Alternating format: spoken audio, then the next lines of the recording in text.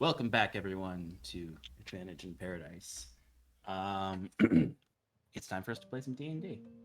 Uh, that was pretty close. I'm looking over here at the actual live stream, and I was like, oh, I was only staring blankly for a second, which is new. All right, folks, let's jump into our recap for tonight. On the 31st afternoon of Elmune Gloam, the drear shadow on a tears dog. Last we met, the Wayward Five battled against the might of the Pale Covenant. With the aid of the citizens, guards, mercenaries, and even a council member, our heroes fought through the muck and mire. It was with the strength of these numbers that our heroes trapped and destroyed the undead dragon. Bound by the immovable rod, Timber raged against the creature with his claws, and finally, with a proper strike from the harpoon guns, the beast was obliterated. But within the reigning undead Ichor, a new threat rose, as Narasoth, fresh to the battlefield, absorbed the power and essence of the undead dragon to become something more and something brutal. Her form stretched as wings sprouted from her spine, and she was now bedeviled with the fragment of Herafost, the dead god Drake. And with her rose a powerful servant, a Death Knight of Herafost. Narasoth saw that she was still outnumbered. With the rising of her hands, so rose the dead. Our heroes' support now found themselves in pitched combat with their fallen friends. But the Wayward Five were intent on Narasoth's destruction, and it took every ounce of them to bring this threat down. Wiswick drained his magic to keep the most destructive of spells from hitting his friends. Timber darted from foe to foe before a crucial stunning blow on Narasoth, as Wiswick's titan's grip grasped the Lich Dragonborn. For a moment the battle seemed won, or at least in their favor, but for the interference of one cowardly cultist. This enemy brought Curon down and cost Wiswick his concentration. All at once, Narasoth was free and the Death Knight upon you. As Narasoth attempted to fly high and away from this threat, our heroes were able to bring her down. But before she could strike the waters of the cemetery, Herafost had other plans. The chained god took complete control over the corpse of Narasoth like a puppet. Katya tried to keep the Death Knight from her new friends. This cost her everything as the long blade sank into her chest. Timber was able to save an awakened Curon, who in his wounded form was able to resurrect Katya in time for her to slay the Death Knight. All eyes turned to Narasoth now, or what was Narasoth, as the Wayward Five, now joined with Governor Clay, defeated this avatar of Herafost. She beseeched the Five, saying they would never stop her from escaping, and that he was coming for us all. Her form disintegrated into radiant sparks as Governor Clay smouthed this foe and banished Herafost back to whatever pit contains her now.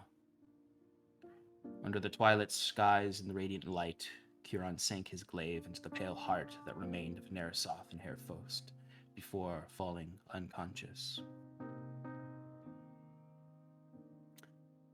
This is where we left off, Wayward Five. Now, before the crypt in the aftermath of the battle, the battlefield reeks of putrid flesh, blood, and waste as the ravens and crows flock above you all, ready to feast. Corpses sink between heaps of mud and blood as water from the ravine sinks into voids with a suctioning slop. The bright, radiant ash dims to the still darkness of the long dark as the black sun sinks beneath the horizon, leaving a red band of blood before a twilight sky. Exhausted from the fight amongst these pits and crypts, what would you like to do?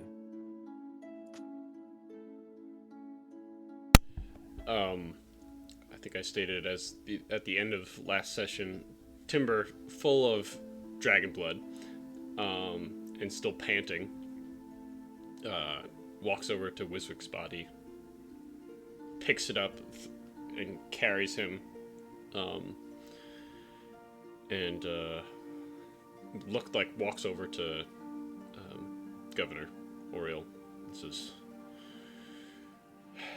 "We need to clear this area. Save us.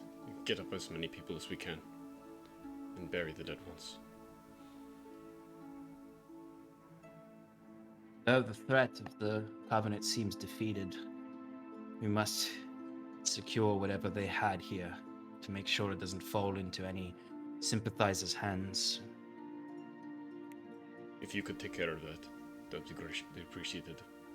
I'm still going to From the ground, Katya is just like looking up, but you'll hear just, "You should probably burn the dead bodies just in case.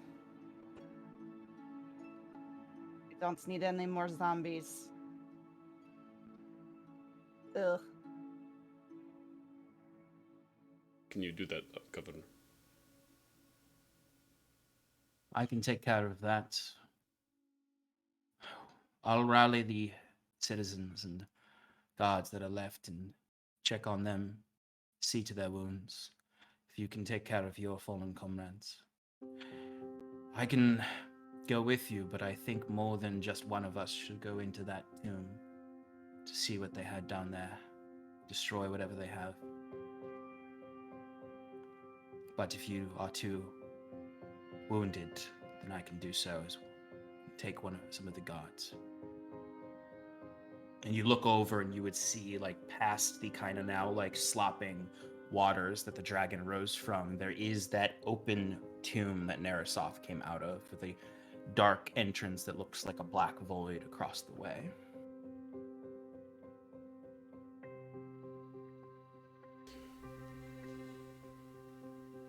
Is Kieran unconscious?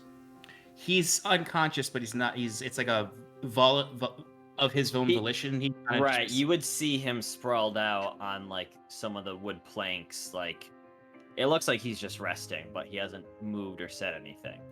Oh, okay. So at that Timber would lay Wizik down softly and just make sure like Kieran has a pulse and like just check for wounds. You know, just moving As his body you're around. fidgeting with him, he's like, "By the Crescent Heart, I'm up, mother." Oh. Oh. Kieran, you okay?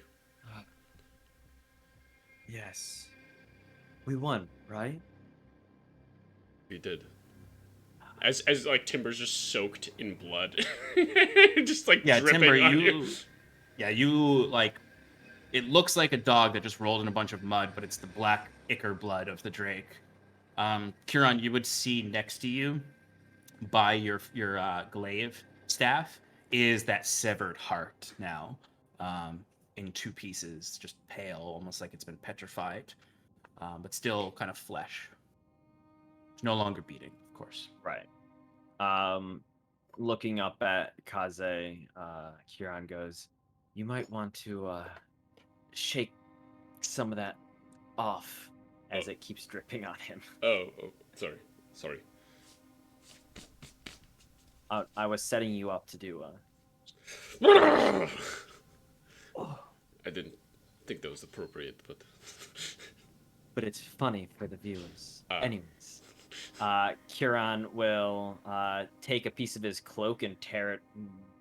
Still only has one. He'll like sit on it and tear a piece of his cloak off, wrap it around the two halves of the heart, and put it in his bag of holding. Okay. To hold on to, and then gripping the staff, will rise to his feet. Seeing Wiswick, Kieran will turn to Kaze and go, "Is he okay? he As doesn't he seem intended to. to." I think you can get them up, but he And does not seem to Kieran- have any mortal wounds. Kieran whispers a word of healing, or a healing word, and you get 8 points of health back, Wiswick. Wow. But you become conscious from your. Yeah, I was stabilized, so this just Right. came back. You're.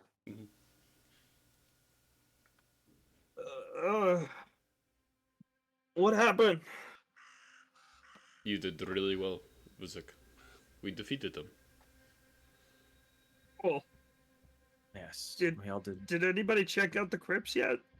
No, I don't think we're capable right now. Well, Probably just some dead bodies. I mean, if we beat the bad guys, there might be some good stuff down there. Better get to it before anybody else does. Vizek, can I you for one first... feel very tough. For You the folks would at home, notice. Kiran took tough as a feat. Yes. So maybe in the next fight he won't die so much. Um, fingers crossed. But you all would notice that at the defeat of your enemies, those ravens did pick up into the air, and you would see that swirling tornado of ravens, the same that you saw when you defeated the ambush. They are still there. Last time I saw this, I tried to shoot fireballs at them, and it didn't really do much. There must be something tethering them to this area, or at least something that still holds their attention. I think we should go beneath those crypts. The sooner the better. I know we're not all feeling at our strongest, but maybe a quick short rest is in order. You could take a short rest. There's no immediate threats. The ravens are the only threat around you. Right. Katya, how A you... scale- The sound of that. Go ahead, Timber. Katya, how you feeling? On a scale of 1 to 105, 1. It's an odd scale to use. Oh, I guess Do you we never have to go Dalians. into the? Do we have to go into the crypts right now? Even after a short rest? rest? Can't If we you go use back? all your hit dice, Can we go back and come back tomorrow? I don't think that's wise. Whatever magics are at work here might still be operating. As I said, we cannot leave whatever is here open. We may have killed all that are here, but as the history books say, the Pale Covenant was defeated once before. And whatever is in that crypt might be what drew them here. At the very least, we need to explore it. I agree we should rest. And Katya, you can stay out here. Tend to some of the wounded. Help us burn Yeah. the bodies. See how I feel after the rest. Clay will toss a flask at Katya. Oh, that's good stuff. Thank you. Big switch. It's very, very delicious wine from the Gwyn Empire. Even better than the wine you chugged in the bunker a few sessions ago. Oh, that is delightful. Thank you, But you Governor. do find your post-combat shakes do start to settle a little bit. Mm. Unsure if it's post-combat shakes or alcohol withdrawal. Little of both. Little column A, little column B. Comfy. So go ahead and take a short rest. While you're resting, they do start to. You see, they remove one of the harpoons from one of the wagons, and they start to pile the dead onto the wagon to bring to a drier area to burn. While Governor Clay and Xeris and those more able-bodied go about to check on those who have survived, tend to some of their wounds, and help them up so that they can start heading back. And as you're waiting here, by the end of your long rest, like most of the short rest, most of the citizens and guards have left, and it's Clay and Xeris and a few others remaining to kind of. Whatever happened to Yexerid? Because I think he had joined us towards marching True. towards. Yes, Yexerid had brought you here, Mhm. and then was kind of held with the army, Right. or the soldiers. So I would say you could safely assume Yexerid is like tied up in the back of one of these carts with the harpoons. When we started to head in, or actually no, not even on the carts. When they started to head in to actually follow you into the Yeah. fight, they tied him to a tree essentially, Nice. 300 feet back. So he's Uh, just tied up, hands bound, up against Right. a tree. At some point during the short rest, Kieran would have brought him to the crypts to join them in their excursion down. Okay. I'd say it's easily enough. Some point right before the end of your rest, you can go and acquire him, untie him, bring him up. I imagine you keep him bound a little bit, or do you? Have him bound, arms behind the back, and Kieran just Kieran just walks behind him and kind of pokes him with the staff whenever he gets a little too slow. Okay. Or wanders a little too much. Easy enough to do. All right. So now that you've taken your short rest, would you like to enter the crypts? Yes. Yeah. Mhm. So Kieran will already be like kind of wandering over, like nudging Yexerid, and goes, "Well, if everyone's ready, no better time than the present. After, of course, a short rest." Wiswick is going to use Arcane Recovery to regain some spell slots, or a spell slot, because he's taking the 6th level one. And I'm also going to Ritual Cast Detect Magic. Okay, great. Yeah, absolutely. You could do that at the end of your short rest so that you have the full 10 minutes going into the crypts. This whole space is inundated with necromantic magic. There's just like a background radiation left over from the fight in the dragon. You would get really strong necromantic energy from like these like really rotted remains of the dragon. While most of it disintegrated away into the heart that Neresoth brought into herself to become the Avatar, there's still like these like half rotted jutting bones of the undead dragon that are just amongst this slop of black ichor. Hey. And they go ahead. Hey, Timber, I know you're usually into, like, weird ingredients and stuff. I'm sensing some really strong magic from those bones over there. Do you want to just, like, snag a few before we, like, set them on fire? Sure, as long as you don't think they're dangerous in any way. Yeah, I'll grab a couple. I'd have to do a little bit more research to find out for sure, but, Timber, go ahead and give me an investigation check while you're doing that. I shall do that. That's a nice 5. Okay. So yeah, you go up and you find amongst this black ichor, it's kind of like thrumming the blood itself. It's not just sort of like still and draining into the water. It is mixing a little bit with the water, but more like oil mixing with water than blood. It doesn't ink out like blood would. It sort of sits on the surface of the water. And you can see amongst the ichor, like there's particular points that almost like boil, that look like they're boiling. And then you can see jutting from these are some bones. You can take large chunks, small chunks, whatever you want to take at this point. I'll take a couple large chunks. Okay.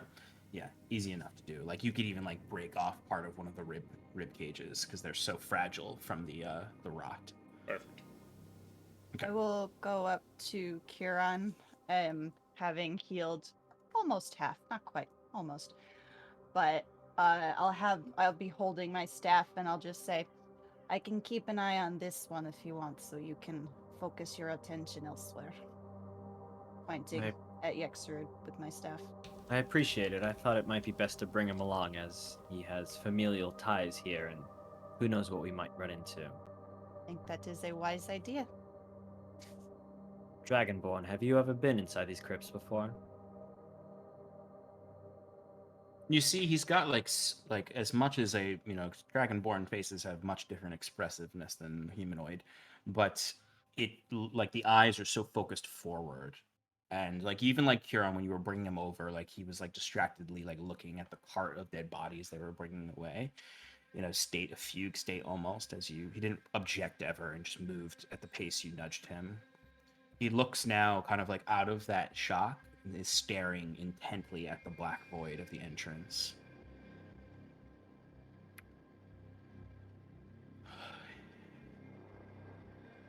In my youth, I visited these crypts. I did not when my sister died.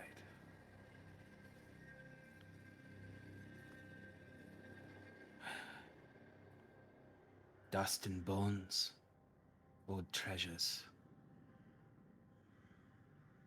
I only went when they interred my other kin in my youth. But I must say this is the first time I have been here in years.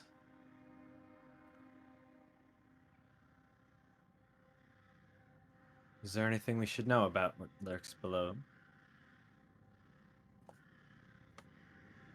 Anything you could think of? Narasov could have put anything in there.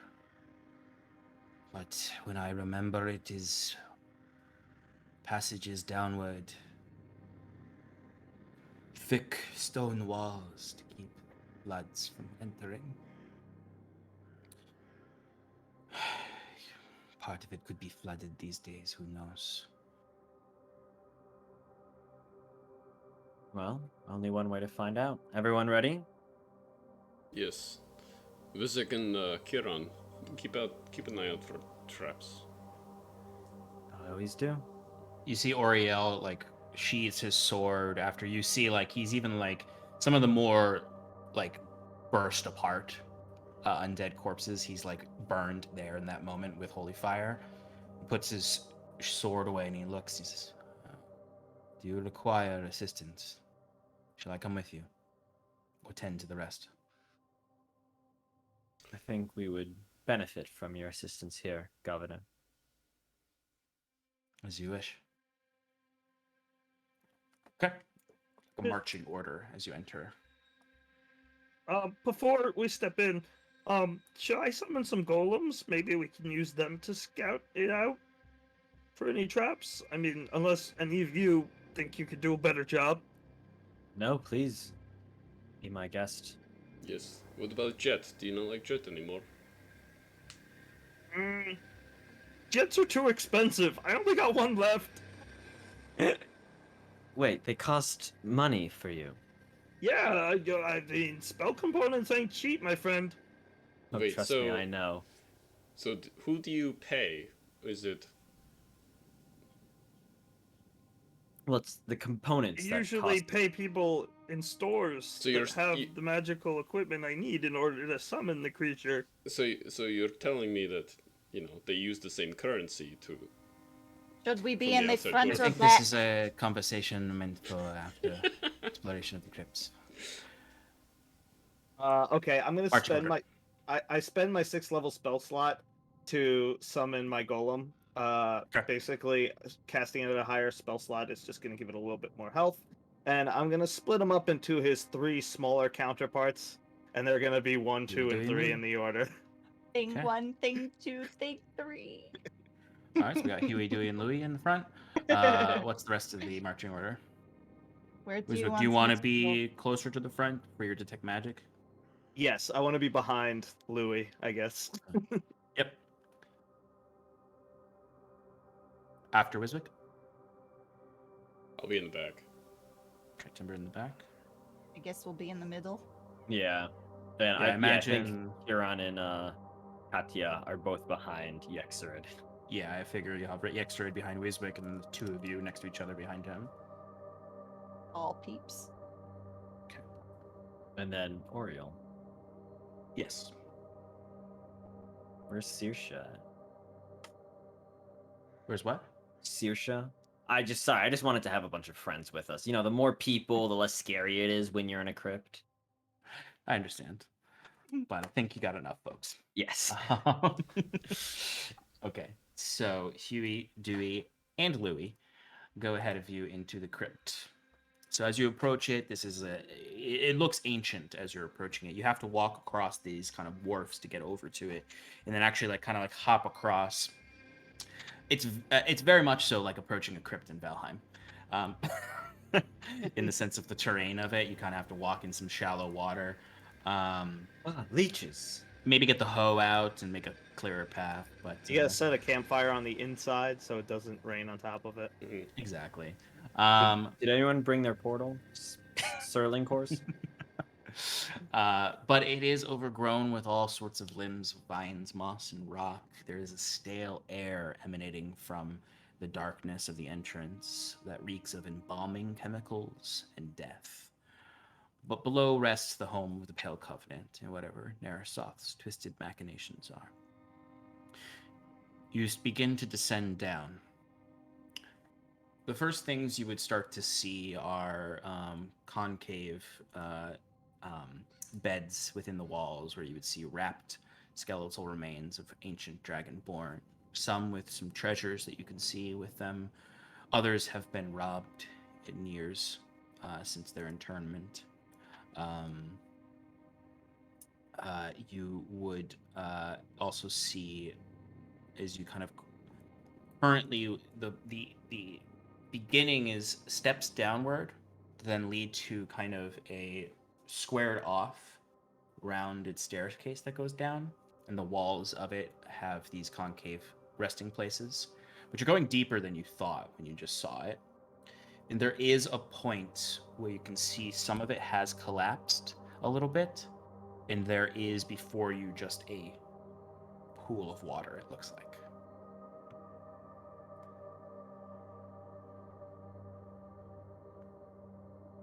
I'd say Oriel has cast light and has a light kind of hovering above you all that is lightening up this entire space.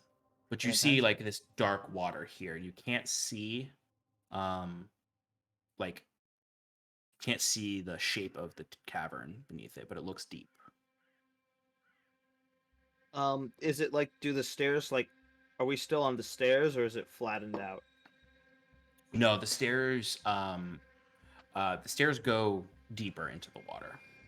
And there's just it looks as though there was a space that flattened out, and that tunnel that flattened to collapsed in, and that the deeper part where the stairs continue is now flooded. Okay. I look to my golems and I say, "Okay, guys, do your thing. Chop chop, go ahead." And they just walk straight into the water. I can You help see to. the golems are just like and they just walk down as if it's normal. Can you see through them or anything like that, or they just keep going? I can't, but they probably just keep going. Mm-hmm. Okay. Yeah, I have a telepathic link with them though, so I could be like, Oh, I see. "Anything good down there?" Yeah. So, Katya, do you want to do something? Yeah, I was gonna say I can help. I have shape water in my spear, so I can kind of maybe like help bucket it out. With my spear. Shape water is a cantrip, right? Mhm. Okay, so it's not going to do too much. But it's helping, right? Sure. Uh, so do you want to? So you can like move. So like the way it works with shape water is like you could go through the water without it messing with you because you can displace 5 feet of water. So essentially, like you can move through the water, but you can't really move other people through it. I mean, I guess you could displace it as far as you can keep an eye on them. The golems don't really matter, though. They can't breathe or anything like that, so they can just walk in water. But if you wanted to go through, you could use the shape water. I just haven't used any of these spells yet, so I was trying to be creative, and it's not working. So the golems are kind of like, basically I gave them general ideas to scout. So it's the sort of thing where like they'll look for a way forward, and once they find that way, if there's anything obstructing it, they'll try and clear it for us. Oh, wait a minute. I can destroy water. So you could slowly sink it down. I can You can destroy up to destroy 10. 10 gallons of water in an open container within range. I'm gonna say there's more than 10 gallons in this. Fine, I don't use my spear. Just go. I mean, truthfully though, like you can use it for you to go down safely if you But wanted what? to. What good is that? I have friends. Well, Okay. if you scout ahead and let us know where there's an air pocket, we can quite easily get from point A to point B. Do you want me to go or not? Yes, Do I please. use this? Great. Fuck, Show I off could your turn someone skills. into a Case fish, maybe. That The seems golems will go excessive. ahead of you, Katya, but you can essentially move yourself through. And like you the way it works is like you tap the spear into the water, and you see the runes along the haft light up. And that force that usually happens when you attack with it, that kind of like blue energy that looks like splashing water, kind of sinks down, and the water just moves around you, so you can safely walk through. And your space is the creates like essentially an air pocket where you can walk through the water. Very cool.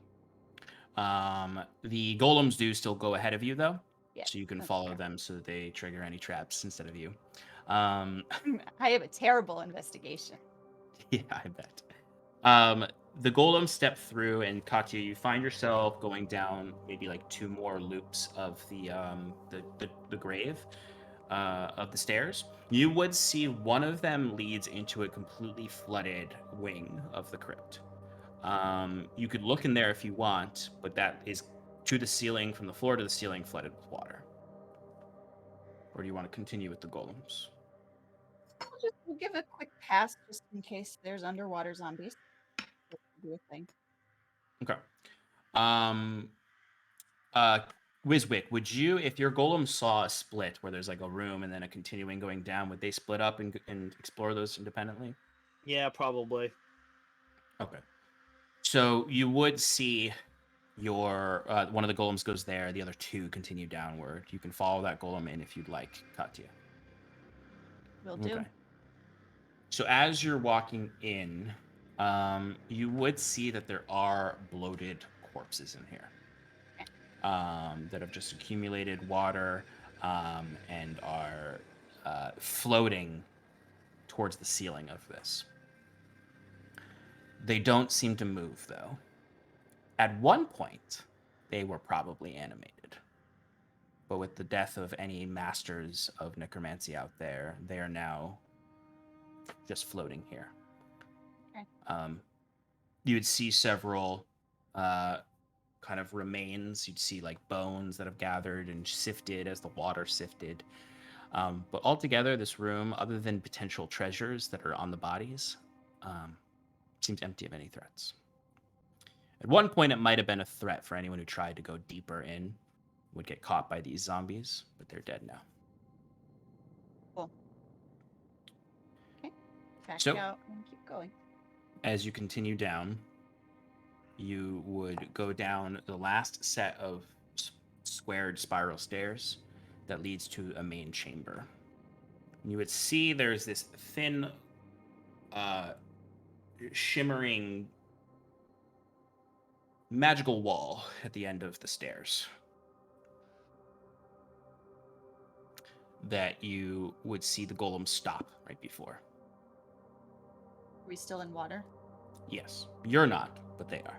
Yeah. You've got your like rippling bubble. Like it's not just a bubble, it like ripples the water all around you. Yeah. A golem reaches its hand out to try to get through it or to try to bypass it. And as it does so, it reaches its hand through, and then you see it because the golem doesn't really feel pain, but it pulls its hand out, and you can see part of it is like, you can see the magic is failing on some of the hand. It's just turning back into mud. Exactly, yeah. Like you can almost see the hand almost cloud up and turn to dirt and stone as it tries to go through this field.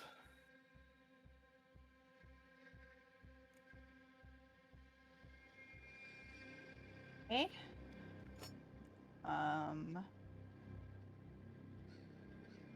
Yeah, no, this is a job for somebody else. Uh, I feel like tele- that's. Yeah, go ahead. I telepathically command the golem to throw stuff at it. Great. So you see, they do pick up like some loose rock, and you It see the goes rock. like 1 foot. It's just like, Thankfully, the golem is like right up on it, so it'll still hit the thing. But it would be funny if it was like, and then he just like kicks it in. yeah, exactly. The rock does go through though, and it doesn't get bounced back. You don't know its fate on the other side because it's kind of a dim light, opaque, but it does go through. It doesn't seem like it really blocks anything, but there is some effect that happens to the golem's hand when it put it through. Okay, Katya's seen enough. She's going to go back and go find Kieran and Timber and Wiswick. Well, there seems to be some sort of portal down below. The rock things were throwing rocks into the portal, and it was not coming back. So I think there's something. Nothing seemed to be coming out of it, but things can go into it, and I don't know where it goes. You couldn't see what was on the other side at all? No, it was just the shimmering wall of magic. Yeah, pretty much just an opaque field of probably light blue that occasionally had glittering, shimmering across it. Shimmering. If we take a moment, I can craft a potion so some of you can breathe underwater. Very smart. Is that are you? Yes, you're going to need that. So I can't make this bigger. Are you magic folk? Do you have the energy to dispel anything, or? No, but it may simply be a barrier that blocks magic. True. But we such don't know as- if there's air on the other side. That's also true. I don't know. I saw Narsal. Yexrid, when you came here way back when, was it flooded like this? No. The chambers were entirely accessible when I came last. But when I came last, the house was taking care of the crypts, keeping them stable. Admittedly, when my father took over, we spent less resources on keeping the crypts up to date and secure. Very well. How far is it to this wall? It's about 2 more flights of spirals down. Two more Two flights. stories. 2 stories of spiral stairs. So that'll take me how long to swim through? Swim through with half movement speed. Let's see. It'll take you probably maybe if you're swimming fast, somewhere between 30 seconds and a minute. All right, so I can hold my breath that long, easy. All right, Kieran is just going to look back and say, well, probably don't want to drag him along much further, but there's only one way, and he's just going to walk forward into the water to go down and go through the wall. Wait, Kieran! Oh, Oprah right. knows what he's doing. The potions. Give me one minute. Katya, do you still Okay. have that vial of Yep, I definitely didn't smash it after I drank it. Great. Oh, I actually have another vial from feeding Kieran. Then give it back and let me smash it. Those are valuable. They are. All right, I'm gonna. Oh, is it one of those ones? Oh, okay. No, it's not one of those ones, but the normal vials for alchemy are All right, expensive. I'm using a hydrocystal underwater Doesn't know that. vial, and then I am What's the making. DC for this potion? It is. I think it's an easy DC. Yeah, I don't think it's hard. Yeah, it's hydrocystal water breathing. Yeah, it's +3. Oh, is it +2? Can't read it. I think it's +2. +2. Okay. So that's pretty simple. You should be Yeah, able this to get is an that. easy DC. Okay. It's a 13 DC. Or 14 DC. It should be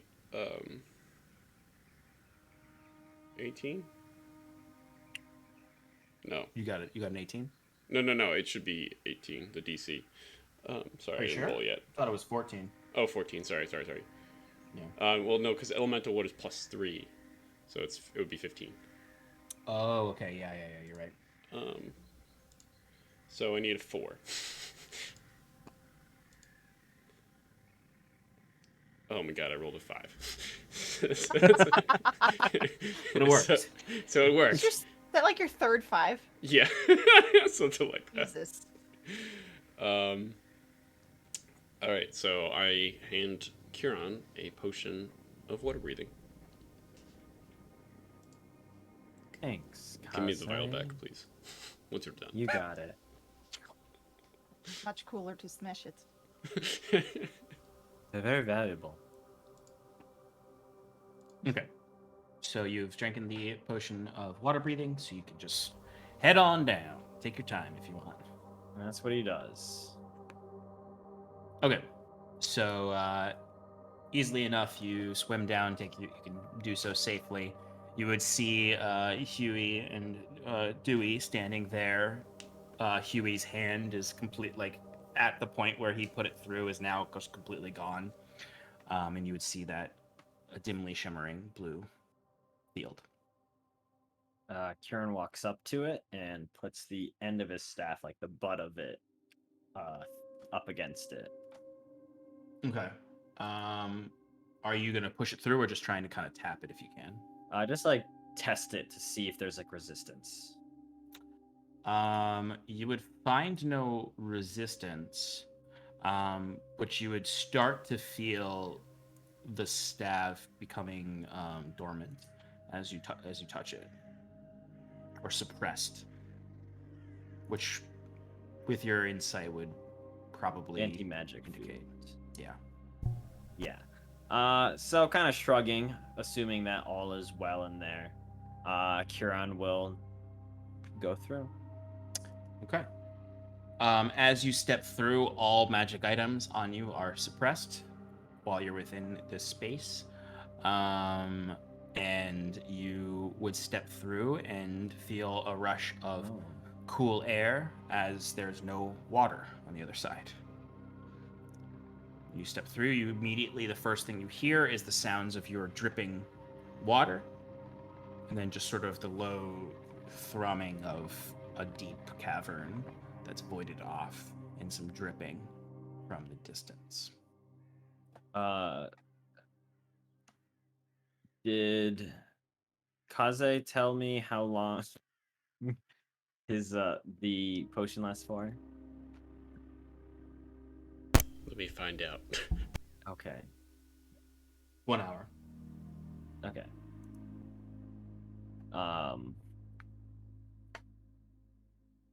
Okay. So in this cavern, what do he see? You would see kind of the immediate vicinity is a tunnel that leads up probably maybe 20 feet. That has, on the sides of it, it has these concave beds where there are wrapped skeletons of Dragonborn with etchings to indicate who they are and all of that. But at the end of the tunnel, you would see a dimly lit space where you could see it's dimly lit with this kind of blue frost almost, like blue frosty fog that seems to lay low in the space.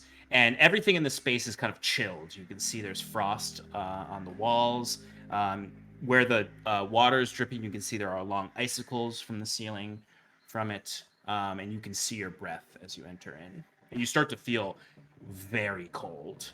The longer you stay in here, the closer you'll get to hypothermia. Oh, that cold. No, yeah, it feels like deeply below freezing. Okay, so Kieran's gonna quickly back into the water, go back to the group. Actually, he's gonna look down that side passage. Mhm. And he's gonna see the bodies, but he's gonna still be curious. and he's gonna meander down there, Okay. and he's gonna look around and see what he sees. Give me a perception check.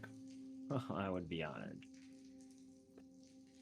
That, my good sir, is a 32. 32. Okay. Yes. Wow. Hell yeah. You would see, kind of between the murkiness, because something I didn't mention for you, Katya, is that the water in this space is very murky because there's just a lot of like fluids coming out of these bodies that have made it gross.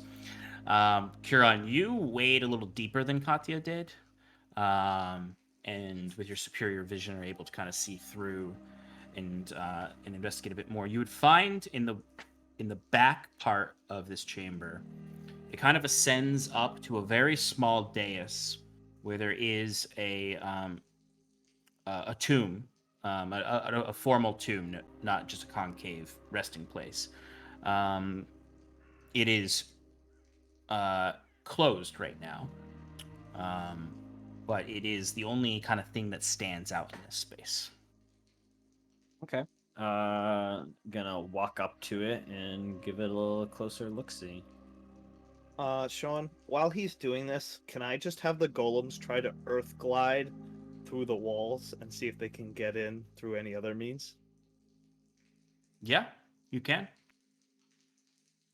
Yeah, so I tell them to do that. So both of them, All three of them. or all three of them, you can do. They're Okay. just trying different directions, and Different they all, directions. yeah, if they all fail, they all fail. Yeah, I would say they all like reach a point when they think they're about to get in, but they hit the anti-magic field essentially that is just like bubbles that whole space and just like turn to mud as they go through it. Well, I tried. Good thought though, because it could have been just a localized thing. Sorry, Kieran, you looked a little closer at it. What do you speak Draconic? No. Okay, Do there's clearly script on the top of the tomb, but you don't understand the language because it's probably Draconic. Mhm. Can I look at it really intently? And actually, my magic items are not suppressed anymore, True. so I get those back. So I get my intelligence back. Yes. Oh, I didn't even think of that. Oh yeah. I immediately just unattuned them so they wouldn't affect any rolls, but reattuned them. And just like look at the Draconic really hard and try to memorize the script as best I can. Sure, because it's not that long. Okay. Just give me a straight intelligence check. DC is 17. I failed. It's 11. Okay. So I mean, it's not a complete failure. You have a vague Yeah. memory of it. You could try to recreate it. You would just have disadvantage. Okay. And do I see anything else around here that's, stands out? This tomb is the only thing that stands out in here. Okay. It's a fairly emptied space that looks more like dead body stew than anything Gotcha. else. Okay. He's just gonna, because why not? He's just gonna pat the tomb with his hand and then go back up to the party. Okay. Does that do anything? Give me a quick Arcana check. Oh, okay. Hey, you got it. All right, that's an 18. 15 DC. Okay. When you pat it and your hand touches it, you could feel like a small thrumming underneath it. And for a moment, as your hand is over it, you almost can feel heartbeat underneath. Cool. All right. Gonna go back to the rest of the party. Mm-hmm. As Kieran emerges out of the water, just like soaking wet, just like this sad, like shriveled old man that's just got, his hair is just plastered to his face. He goes, Well, the good news is the barrier is simply an anti-magic barrier. We can all go through it without any problems. Any magical items upon us will lose their effects.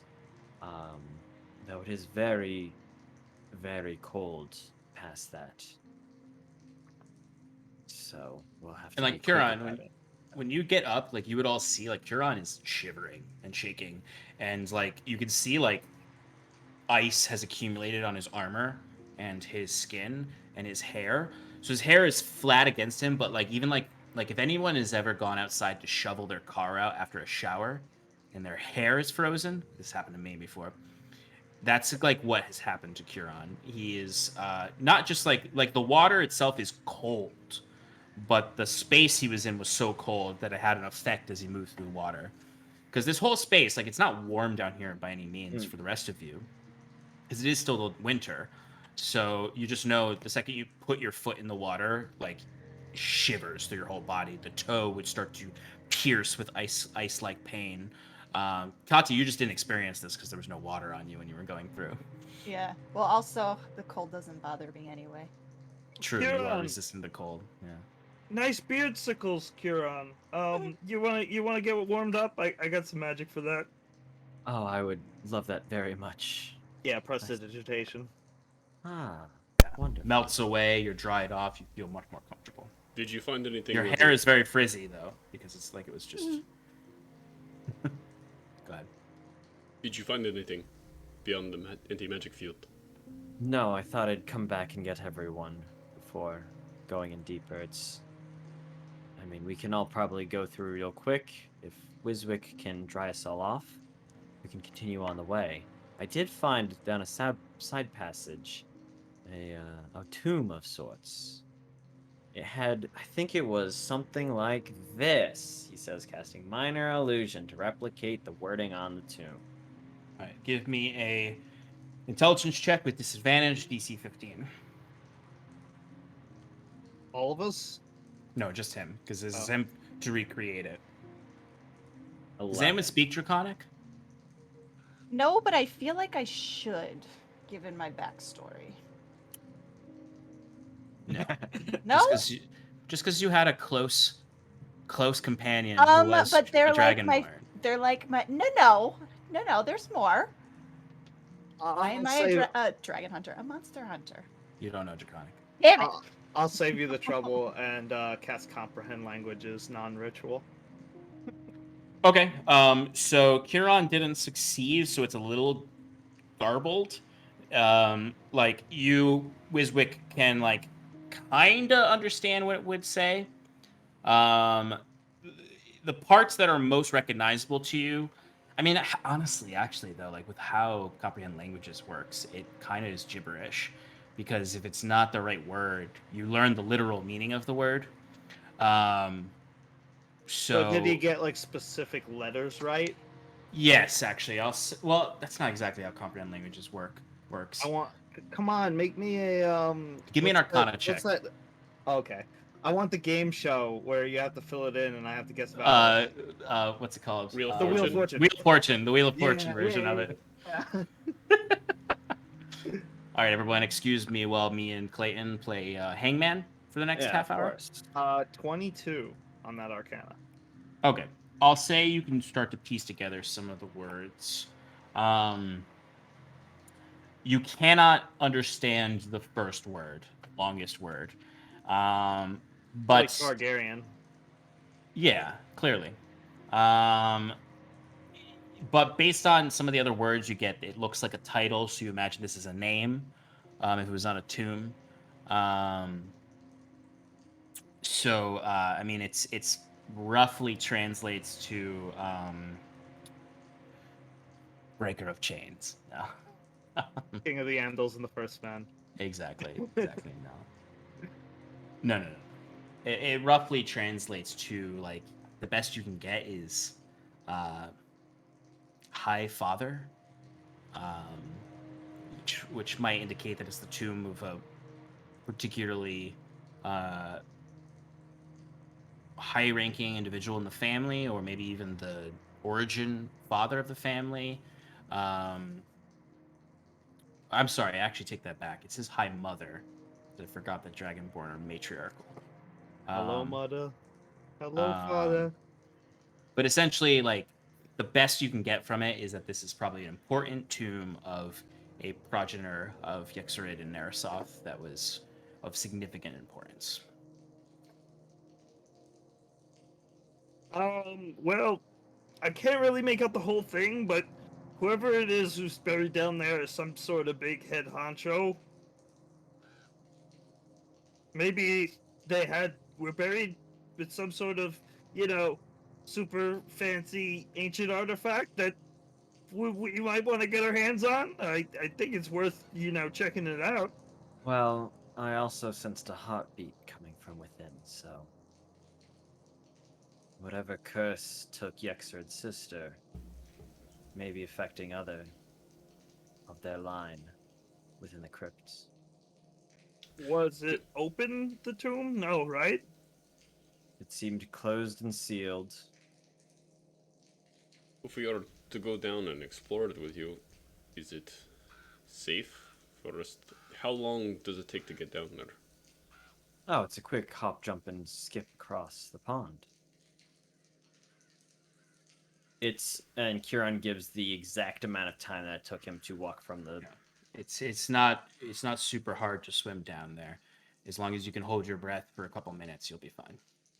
Which in D&D is pretty easy to do compared If to. you have a +1, you can breathe for 2 minutes, I think. I think it's 2 minutes with a +1.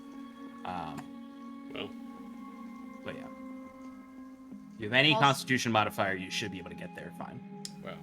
Alex's Constitution real life is. It's You're like not it's a like hero. it's like the high jump and the far jump in D&D. How it just like, Yeah. makes no sense. It's so powerful.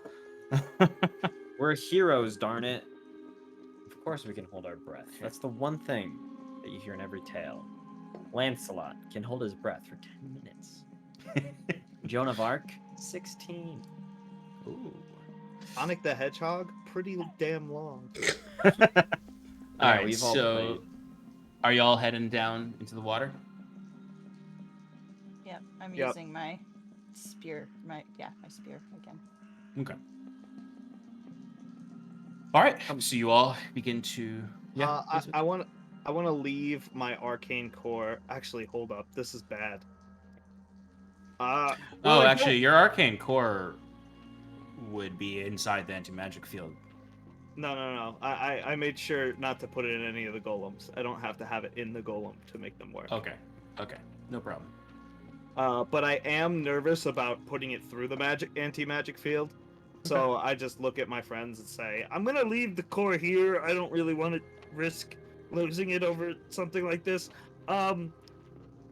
It's gonna be wet, so I'm also probably gonna leave my books, so I can't really cast things while we're down there. Maybe I should just stay and let you guys go. If you wish to stay behind Wiswick, I will go with them. Or I can watch over your things up here, says Oriel. Alright, well, promise me that you will do something about the spooky beating heart and not just, leave it be. Like, that seems like I something we will, definitely have to investigate. I ensure that I will, with your friends, investigate this heart. Okay, great. I'll hang around and I'll keep trying to message you guys. So as soon as you come out of that field, I'll be able to talk to you. I'll keep an eye out, just in case. Sounds good. Okay. So you all step down into the water. Those of you who need to, holding your breath. All right. Are you going to that room first or the anti-magic field first? Anti-magic fields. Okay, easy enough to do. You all swim down. It's definitely uncomfortable. Like I said, the cold of the water is almost paralyzing at first, and it takes you a second to get used to it. But you pull yourselves through. You see the anti-magic fields. One by one, you can step through.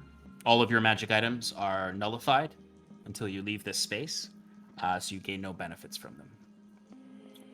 Once again, as you all enter, you see that long, kind of 20, 25-foot long hallway. The ground is covered in this sort of glowing blue mist, and you'll have to go deeper to see what's in that room. Let's make this as quick as possible. Yeah. Yeah. Okay.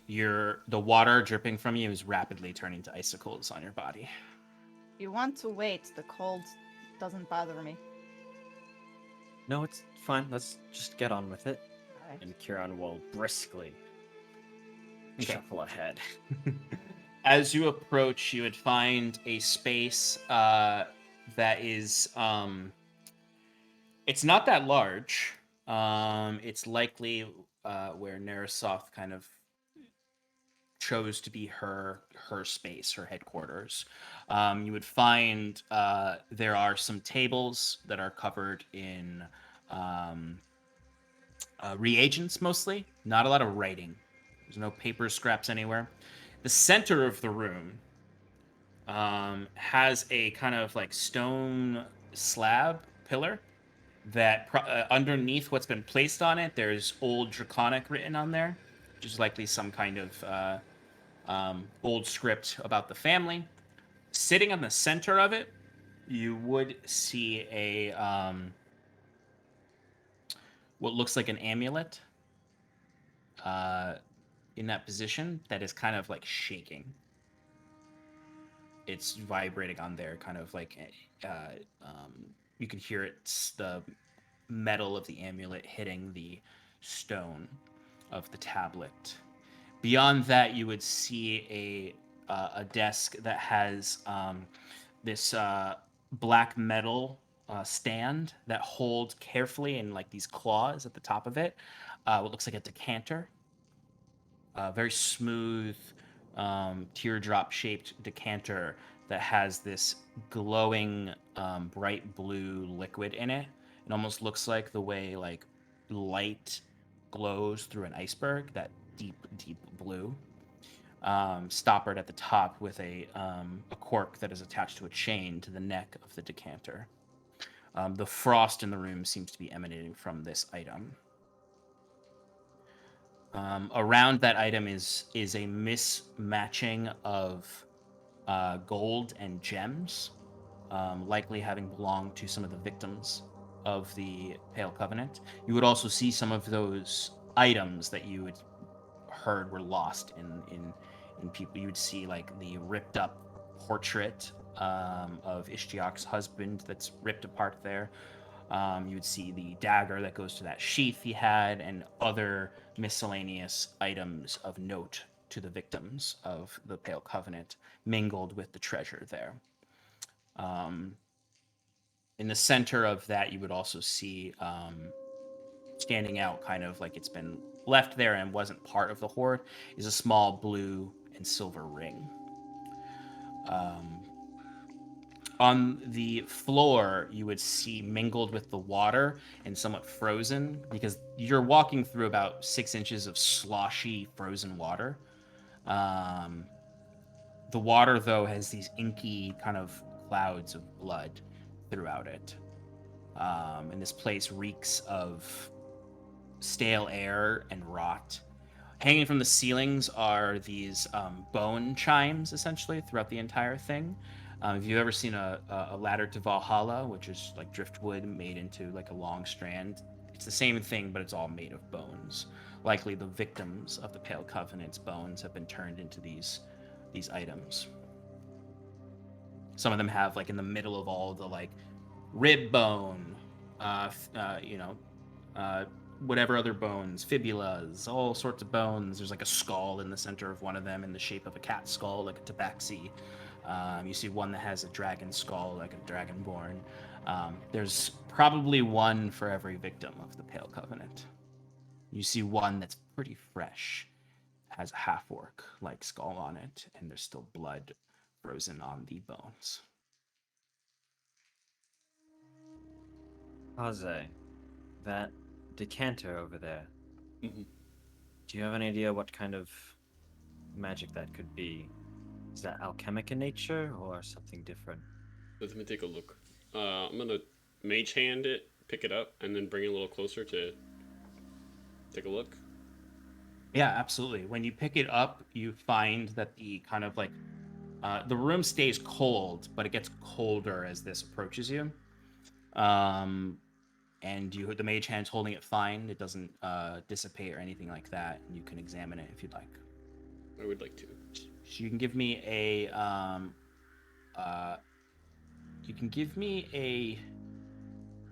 I'm gonna say you can do like an alchemy kit check essentially. So you can use your alchemy proficiency to investigate this. All right, cool. Which I think that can be actually gives you expertise. Technically, yeah. Yeah. So you have That's my third 5. expertise. Excellent. This is a tremendous liquid that you can see through it. Like it simultaneously looks frozen and liquid when you're looking in. It is this bright, like the glass itself is not blue. The glass is clear. It's the actual liquid that has that glacial feature. It's definitely alchemical in the sense that it is some sort of tincture that is also enchanted magically. You would have to experiment more with it to learn more properties. Okay, yeah, I got a 16 total. But Okay, yeah, that's fine. That passes and learns all of that. There's not much else you can learn from it by just looking at it, other than knowing it is something that was created. It is inundated with some kind of magic, and it is a very versatile liquid. It looks like. I will need to study this further. For now, I need some place to store this. Aaron opens his bag of holding and goes, Yeah, you just see the bottom of an empty bag. that's not how it usually works. Okay.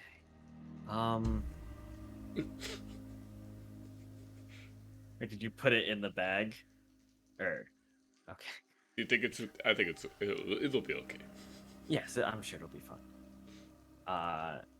And then Kieran's going to walk over to the table of goodies, and say, "Someone take a look at that amulet. See what's going on over there." And he's going to take the picture of Ishtiak's husband. Ashjak's husband and pocket that, as well as collect he might actually ask Oriel as he looks with his one hand, go, Oriel, could you gather up the rest of these items? Yeah. We'll return it to the village and they can do with it as they see fit. Yeah, you see Oriel immediately goes and helps you in his own bag put all of the different, because it's not just Ishiak's husband stuff. You see Right. all sorts of things. You see charms. You see what looks like family heirlooms. You see other there any- portraits. Thing I would recognize that was whatever is the half orcs. Oryx? Yes. Yeah. Give me a quick investigation check. While he's doing that, Timber specifically puts the amulet and that silver ring into the bag, thinking that Wizwick will want to take a look at this. Which do you grab first? Probably the amulet, and also he uses his mage hand first to be like, I imagined, yeah. yeah. When the mage hand touches the amulet starts to shake violently, and the mage hand is dissipated. Oh. Okay.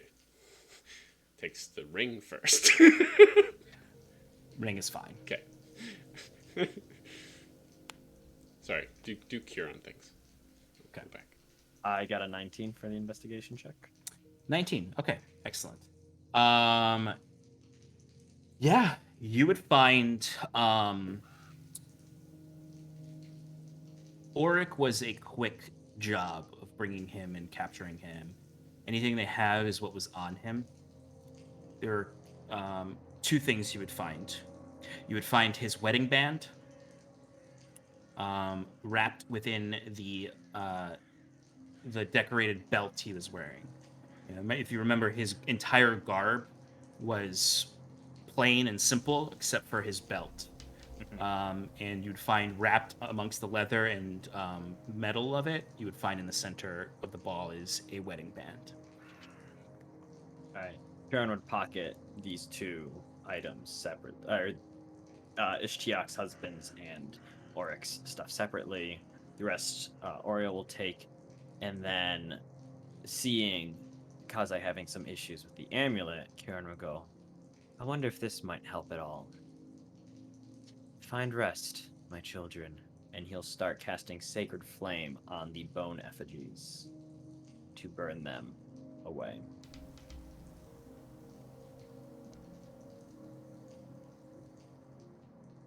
You would find even your divine magic is nullified within this anti-magic field. Oh, right. Duh. Oh, that isn't usually how it happens. Oh.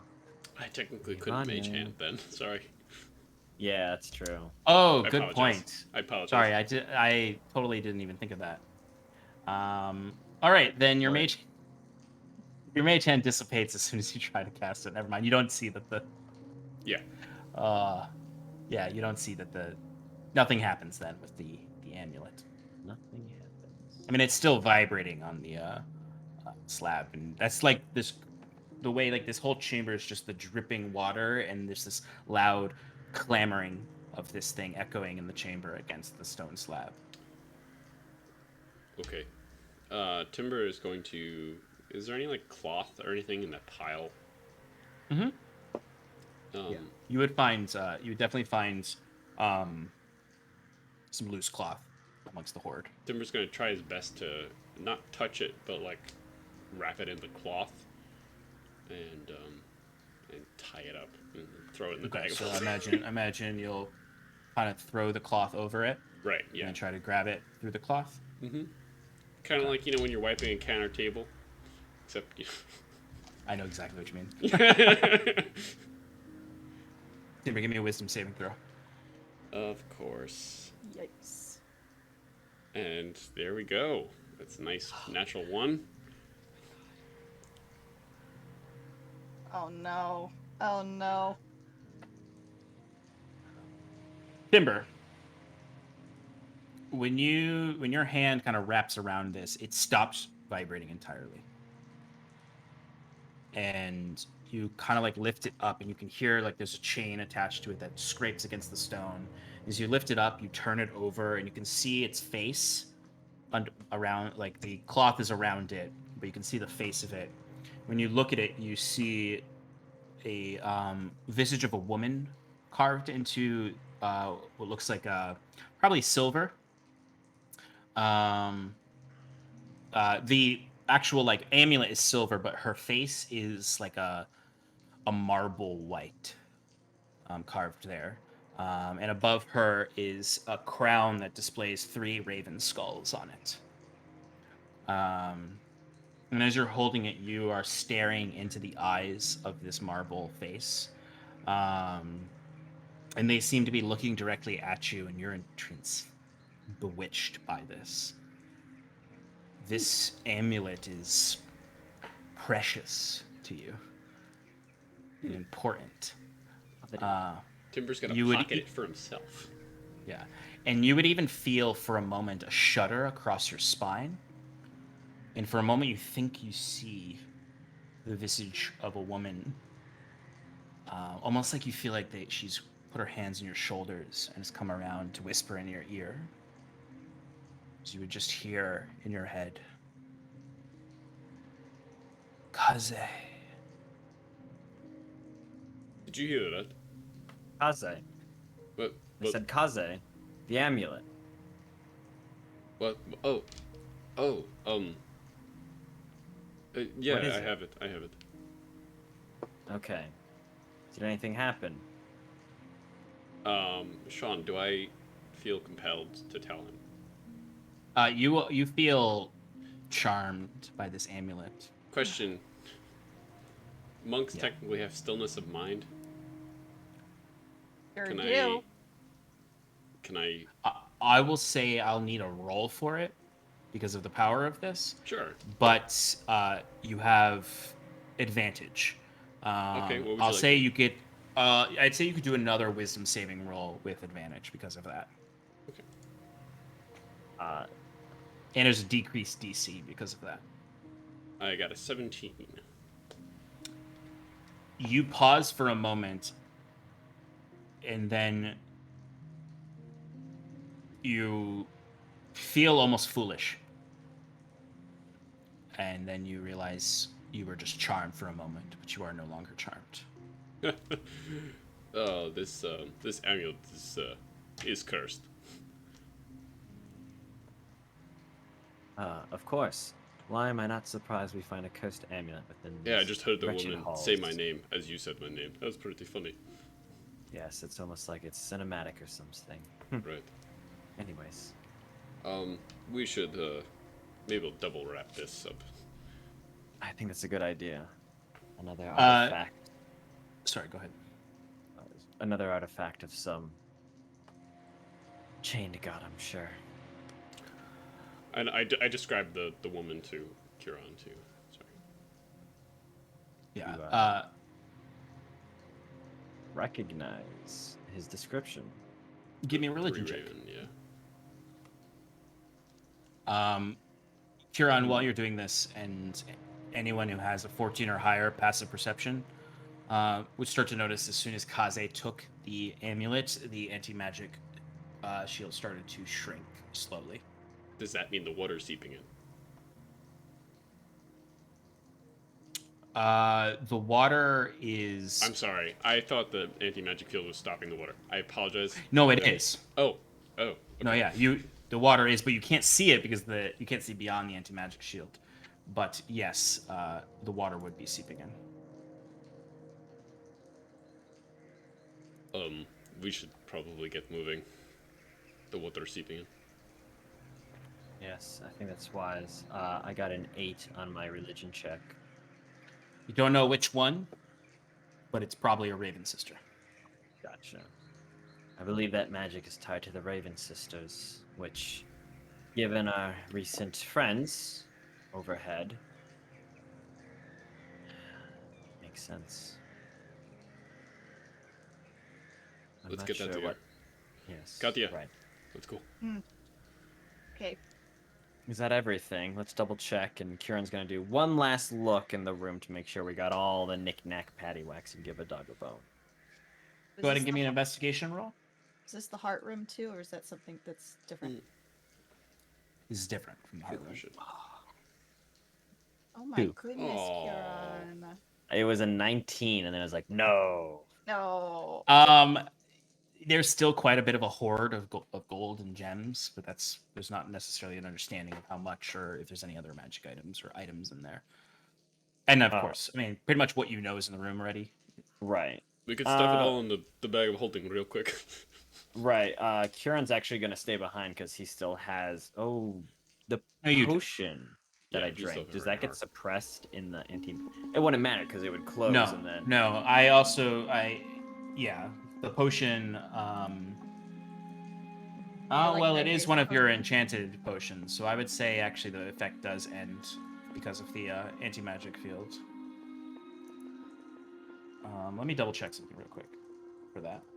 I mean, and I will say, because I looked up anti-magic field, it does say that except those created by an artifact or a deity are suppressed in a sphere.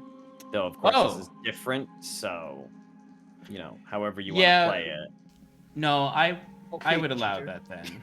No, that's a good point, Kieran. Yeah, the potion wore off, but I would allow you to sacred flame those bone chimes if you want. Because, yeah, I can't do it once the water comes in because I need... Yeah, your staff sure. also is fully functional. Right. So he's just going to be burning those effigies, you know, as he's muttering prayers to Iluvanya. Watch over the departed souls as they join you in the twilight skies. Yes, as you're all kind of stepping out of this space, Kieran remains behind, and you see this bright, pale moon glowing fire burning the remains of all the Pale Covenant victims. And there's a lot of them there, as you're seeing. The space is lighting up with this white light as dozens of bone chimes are cindered to the same radiant ash. As the bubble closes out on Kieran, and the space fills with water, and you begin to swim back. Do you want to check the heart room? Timber doesn't know where the heart room is and is scared if there's no pockets. So It's the only other room. It's the only Oh. other room. Then yeah. You'd recognize it by the bloated bodies inside. Now, is there air though? No. Okay, so Timber would probably swim back then. Okay. Is everyone else swimming back? He wants me to check it. 'Cause Yeah, I if you could, like Timber's like before. Yeah. Yeah. Katya, you can go in and check it. I shall go in and check it. All right. You would find the same tomb, closed tomb that Kieran found. Would you like to do anything with it? I would like to. Can I try and push the top off? Just Sure. a little bit. Sure. Just a little bit. I'm being very careful. Very, very careful. Yeah, I mean, it's honestly, it's not that hard to open. But give me a quick Constitution saving throw. 12.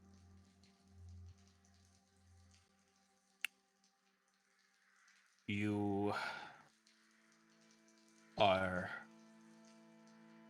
paralyzed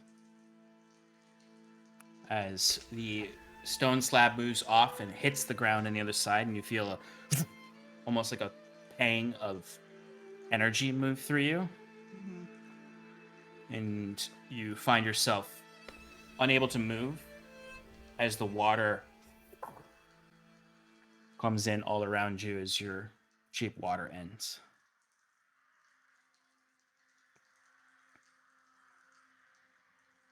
Since Kieran stayed behind. I imagine you guys didn't let her go in there without watching. Someone watching. Kieran, you would notice. Timber watched before he went upstairs. Yeah. So you all would see question. as she shoved it open, there would be a feeling like a shockwave through the water, and you would see what Katya looked like a ball of white water, essentially, when you looked at her. And you saw that water as she is now kind of just floating in the water. So, Kieran and Timber, you can go in to get her and investigate.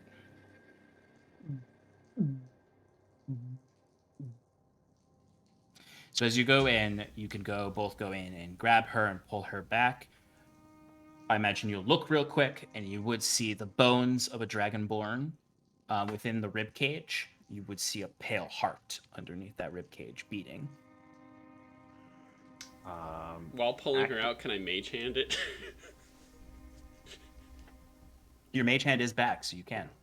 Okay. Okay. Can you cast that without verbal? That's that's a good point. question. I thought it was somatic, but let me I have check. no idea because all my spells are verbal, so I can't. Honestly, do that. almost all spells No, are it is verbal. it is verbal. It is verbal. Yeah. I can't Okay. do it. So you can't do that. I imagine you're pulling Katya back, and Kieran, you see this. So if possible, he's going to activate the glaive on his staff and kind of try to like poke the heart and pull it towards him. Yeah, absolutely. I mean, this pale heart is not much different from the one you've already destroyed. So you would see the glaive cuts into it and definitely pierces it, and you can retrieve it. And so he'll have it on the end of his staff swimming up, and then once he breaks up into the water above, he'll take. I have to like think of everything as I know, as a I know. one-handed. He'll go to Oriel and go, get the bag of holding. Before anything, Oh, you all breach the water, and you would see, laying up against the rock, you would see Wiswick is dead. You would see his corpse there. Blood coming down his lips. His eyes blink as he's just there with his tongue hanging out. Can't tell if you're joking or not. Why would he be joking about What? that? I don't know because there was a smile. It was kind of a smile. That's what you see. The fuck? Kieran goes, Oriel, where's Yexarid? What's going on here? Oriel is freaking out as well, and you see he immediately like bends down to check on Wiswick, and puts his like hand behind his head to check on him. And you see Oriel is like, and you see him. He lifts Wiswick's head, and then you see Oriel's face go flat. And he looks back at Huron, and he rolls his eyes. He drops Wiswick's head so it hits the back of the rock.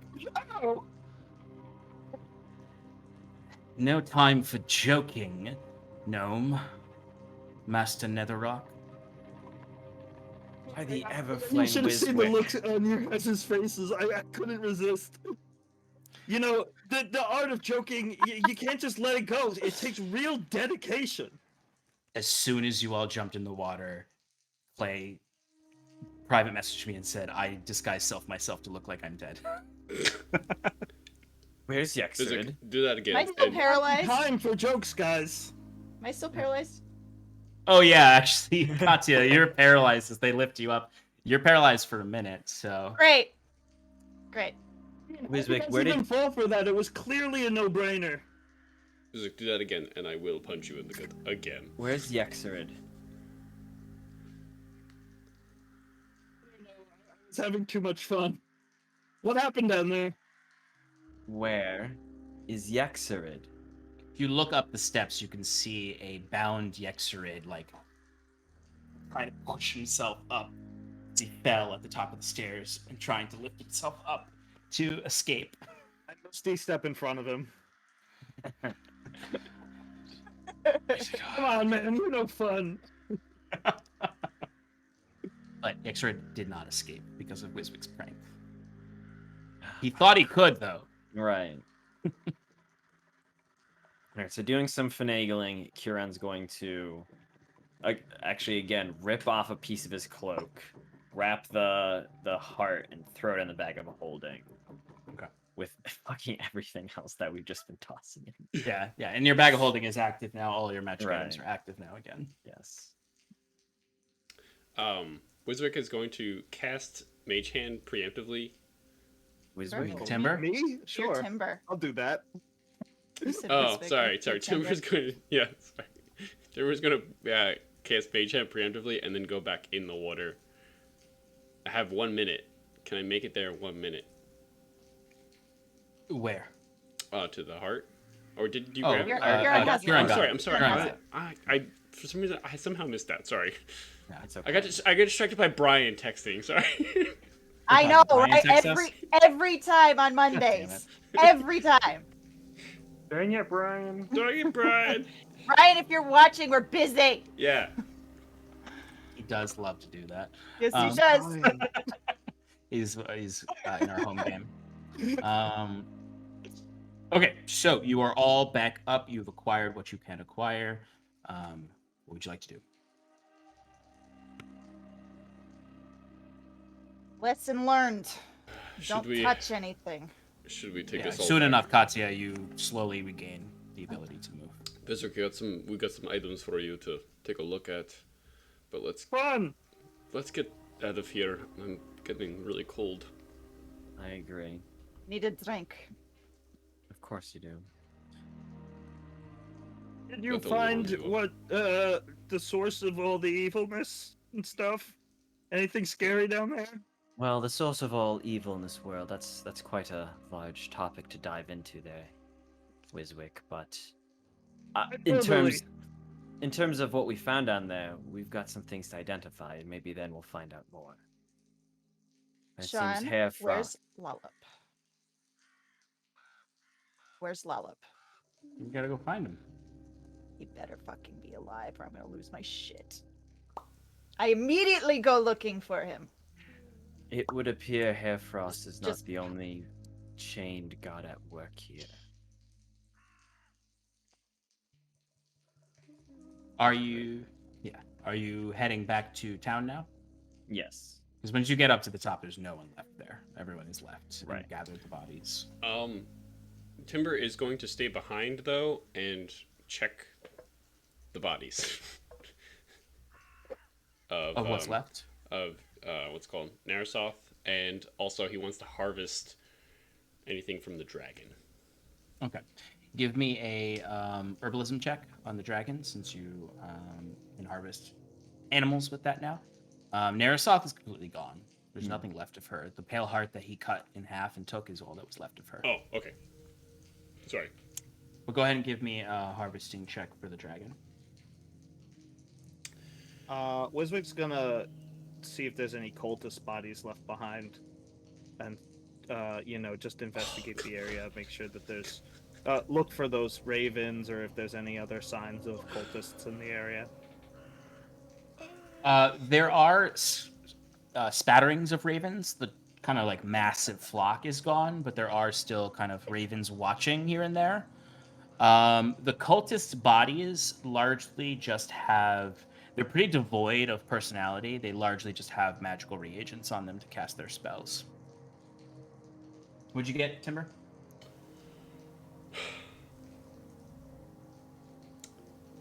You rolled a 2? Yeah. What's your modifier? Well, if herbalism is my... It's your expertise Okay. plus your wisdom. So that's 11. So that's 11. That's sorry. No, total is 13, but Okay. Yeah, that's still good. That's still damn good. yeah. And you've already investigated the corpse before, so you can get the DC was lowered. I'm also taking my immovable rod back. Yes, you do need to. I imagine you have to like blink up, grab it, unclick it, blink back down. Yeah. I'll say you use your mage hand to investigate the boiling blood in certain areas, and you're able to acquire a very strange reagent that you've not used before. These little motes. They look like almost like pebbles, like sharply shaped pebbles, not like smooth over time. They're like almost like chips off of something that you picked. They are dark purple, and they have this kind of black aura around them. You have acquired 3 motes of shadow. You do not know It's what my to do. ghost. You've never encountered this or read about it in alchemy. Okay. Cool. Okay. So, in your wounded selves, somewhat cold, you need to wrap yourselves up, except for Wiswick, who has his ring of Warmth. whatnot, warmth, and Katya. Even you are pretty affected by how cold it was in there. But once you're back to the surface, Katya, you're fine. Everyone else, you're a little shaken by the cold. Wiswick can, of course, prestidigitate you all. We'll say I did that. Cool. Thank you. You head back to the village, and at this point, you've spent time away while they brought stuff back. As you're approaching, you can see that typical, like the old ruined structures, the many flags that now look somewhat dim in their color under the night sky as it's approaching nighttime, compared to the colorful bouquet it was when you first arrived. In the center of town, you can see they've constructed a dais where they are burning the bodies now, free, kind of a place away from the water and dampness of the swamp. So there's this big bonfire in the middle, and the space reeks of burning bodies, as there are some stoically watching it, including Xeris, while others are averting themselves, covering their mouths. Some are desperately piling into the Laughing Serpent to get as drunk as they possibly can after such violence. Taking the bag from Oriel that we had put all the items in that we could, not the magical cool Yep. stuff, but the mundane gold and gems and stuff. Kieran will walk it over to Xeris, and offering it to her says, we found a number of magical items in the crypts that we're still looking to investigate, but these were both items in gold, gems, and such that belonged to the victims. If you could see about returning them to their families and such, I think that would be best, he says, handing it over to her. You can see like she's beat up. Like she took a lot of damage. You see, like her cheek is so swollen that one eye is shut completely as there's blood caking it, and she's just staring at this pillar of flame right now around the bodies. She hasn't even dropped her sword that's down, like this sort of like beautiful curved sword, not meant to ever have seen battle, meant to be ornamental almost, now chipped and bloodied, as she's just sort of staring at this flame. And you can see Huron in her eyes a different woman from that rude politician that you walked in on in the hall. She just reaches her spare arm and takes the bag and kind of just stares at it and looks up at you, and you can see she's like a tear fall from the free eye, and then another tear kind of well up with blood and mingle with blood down, almost leaving a streaked river through the blood on her cheek. She just nods to you. People here need a leader now. I think you've earned the right to call yourself that. Auric would be proud of what you did here. And with that, Kieran will turn and leave. Just out of the corner of your eye, you can see her almost collapse down as she falls to her knees, looking up at the fire. The water kind of sloshing underneath, ash falling and dissipating into the water as the night takes everything. Lollup, where's Lollup? Where's my friend? Katya, you come bursting into the Laughing Serpent, looking around desperately at the citizens and guards drinking. As you can see, standing on a stool, not even as tall as the next guy over. Yeah, exactly. You see Roach being like, I told you that she was nothing.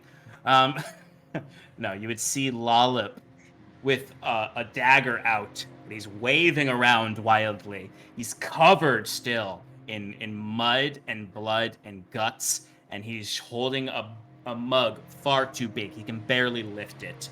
As he's just cheering around to the other soldiers who are like, no one's happy right now, but Lollip thinks that they should be celebrating, and truthfully they should be.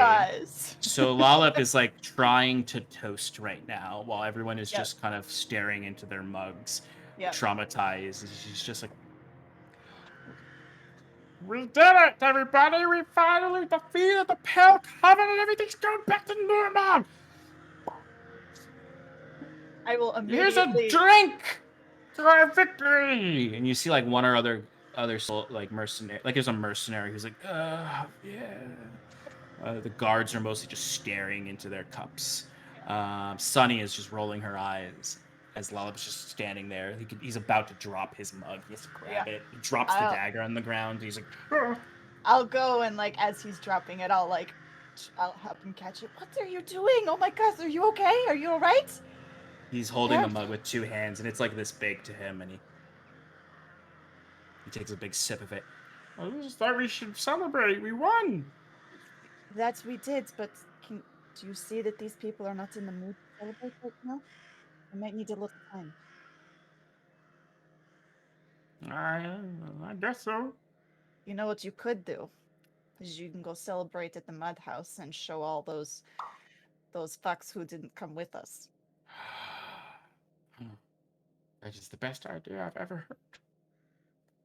As he hands you the big ass mug, which in your hands is normal. And he hops off of his stool, lands down in the ground, and scurries away, leaving a trail of slickness behind him as he rushes out to go to the mud house. I look in his cup and just kind of like shrug and just drink it. There's a pronounced presence of the ravens and crows still, now scattered throughout the town.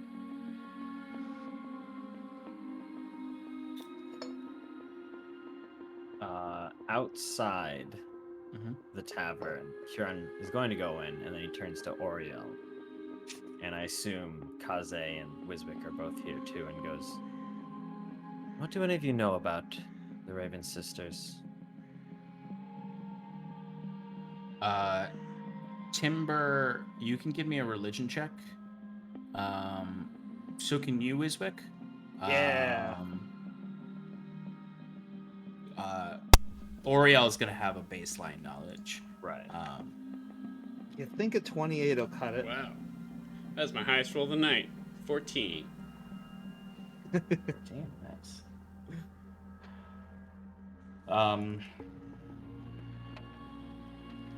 So Wiswick, you've, even with a 28, given your background, you don't have a lot of knowledge of the Raven Sisters. The most you know is that they are old gods of war. That there are three sisters who were seen as, they weren't evil gods, but mortal understanding of them created fear of them because they were gods of war and death. And they always, in the tales, you say they always came to those who were about to fight in battle to ensure they fought, with vigor, and then to ensure they passed beyond. There are three of them: a red one, a black one, and a white one. Any significance to the colors? Like maybe other religions that have similar things, or is there like some sort of specific characteristic that each color represents? I'll say with the 28, yes, you would know some of this. In your research about gods and whatnot, when you were trying to understand not only your own journey but the Bat cult in the Underdark, you read a lot about surface gods as well. The White Raven is meant to bring about war. The white one represents kind of like strategy.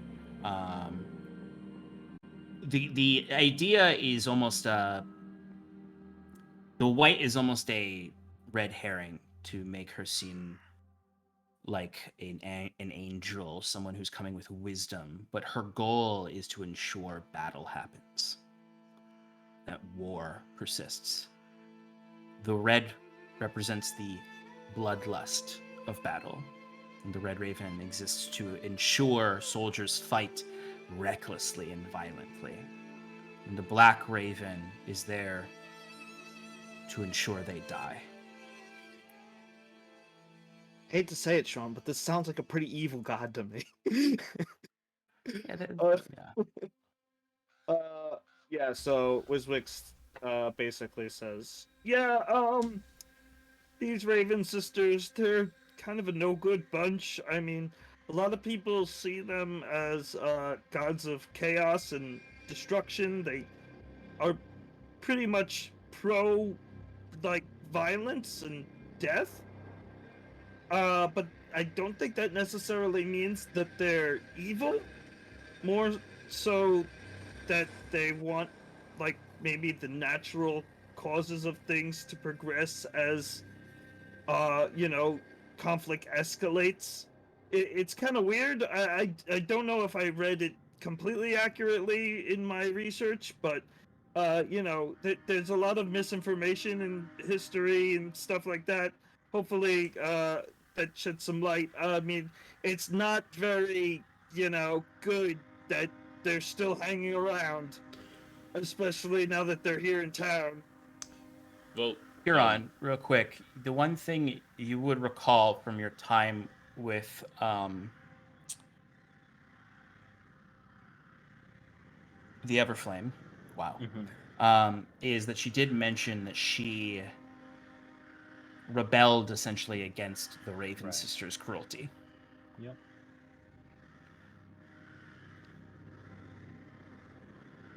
Oriel would chime in with just the names of these sisters, as he knows them.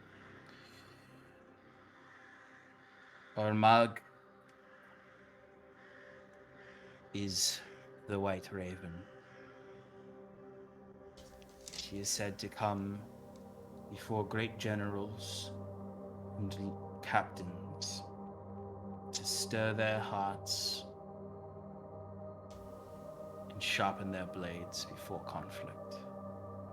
She appears in the commander's tent to give confidence, reckless confidence. Bowed the Red Raven, the most violent of them.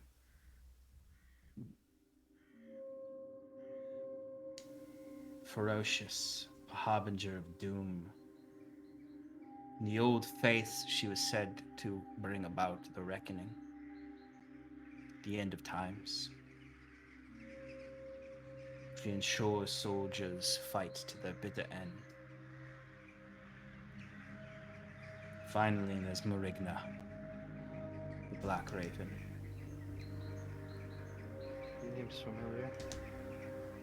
She reaps what the battle sows, brings death to a dying soldier and peace. Regardless of the outcome of any battle,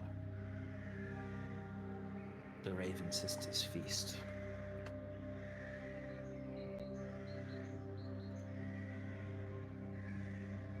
Yes, and they should be chained, as was Herfost. But it seems the chains are becoming undone.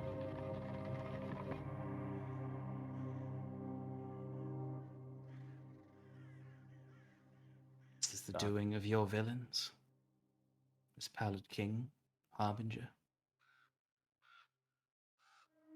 I'm not sure. When we fought in the battle previously against Herfost's avatar, he said to us, that it was coming. He was coming for us all. I don't know what exactly that parasite meant, but I have to assume it's the Pallid King. All-consuming, trying to gain the strength to enter into our realm.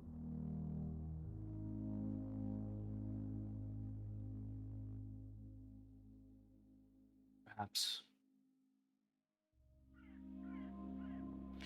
The Wayward One employed these gods to serve him. Whether they understood that he intended to kill them in the end is uncertain, but something has put the fear into their hearts. What you say is true. And there's nothing more dangerous than a desperate god.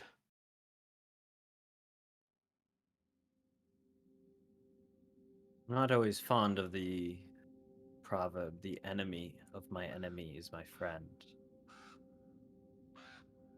But in this case, I think their knowledge may be more beneficial than their eradication at this moment.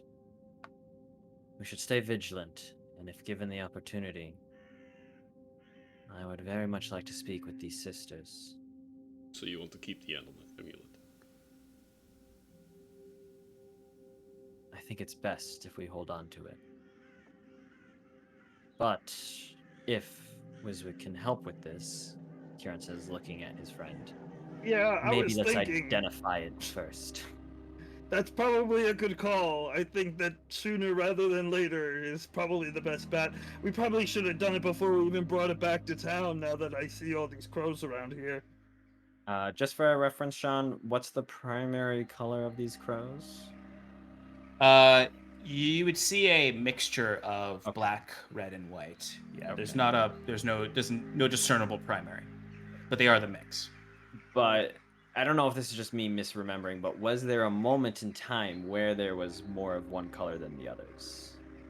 Or I would say the only thing you could think of for that would be the fact that in your vision from Ilyuvanya, Yeah. there was a white raven Okay. that's Okay, that's appeared. why. Yes. So Kieran will say, Armagh wore white, the first of the Raven sisters to come. Should be vigilant of any more omens and be safe. But for now, I think I have a few payments to make to some mercenaries, and then we should work on identifying these items. Wizard and I can go back to the inn and do that while you do talk to the mercenaries. Yes, well, I think the mercenaries are in the inn as well. So- Yes, I'll join you upstairs once I've paid our debts, as it were. that sounds good. Okay, you get the beers. I'll go upstairs first. Yes. Don't forget. Right. Bring me to... As you all approach the Laughing Serpent to join those inside, that's where we're going to take a break. Okay. So we will be back in 5 minutes, everyone. We will resolve some of these identifies, these debts, and continue with the story. So thanks for joining us. Stick around. We'll be back in 5.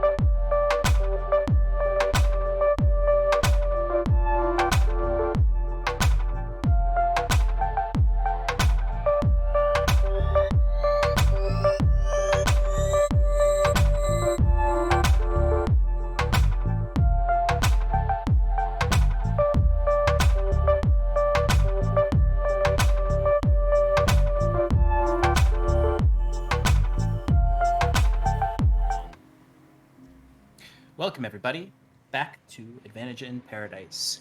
We're back from our break. Our heroes have excavated some of the treasures of the crypt that was the headquarters of the Pale Covenant, including bringing back the memorabilia, goods, keepsakes, heirlooms of the victims.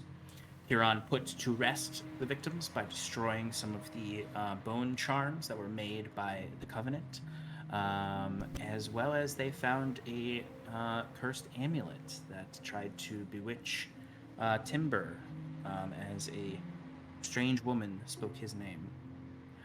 Huron cinematically spoke his name right after. Good touch. It was a very good touch from you, Stefan. Hey, I can read the room, unlike Wiswick. And our heroes also return to a deeply poorly timed joke from Wiswick, in which he pretended to be dead as they returned. But you've now returned to Nephrodala with the rest of the crew. Xeris is seeing to the burning of the bodies in her contemplative state, a changed woman from the greedy merchant you met originally. And you are all now retiring into the tavern to see to what you found and repay some debts. What would you all like to do? I am getting raging drunk. So that's what I'm doing for the rest of the night until I pass out. I'd like to buy a vowel. Go ahead. What, Val? The one that takes 10 minutes to concentration ritual cast. Excellent. So you all can go up to the room that I believe you purchased earlier. Hi you for purchased a room. identify. I don't know if we purchased a room. You I did think we just- actually, yeah.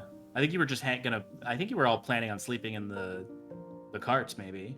I walk Or you into just a never random purchased room. I think we might have purchased a room the first night, maybe. Probably. Yeah, probably. Yeah. It's all good. You have a room in the inn. They're probably more than willing to let you stay there for free because you just saved the village. Just imagine Wiswick going door to door, like trying every doorknob. Which one was it? When we get to the room, like a kid on Halloween, spreading, dumping his bag of candy for Clayton. Okay. So, That's the cursed one. what would you like to identify first? Well, considering that the since I know it's cursed, and it seems to be, well, Curon mentioned it as something that might be like connected to these crows. I probably want to identify that first. I will be taking some precautionary measures, such as, just being me, and also luck points because I have a luck feat now. Excellent. Are there any spell precautions you want to cast before doing it? I don't have guidance or anything like that, so no. Okay. Give me a wisdom saving throw as you handle this item. I have advantage because it's against magic, right? Correct. Okay.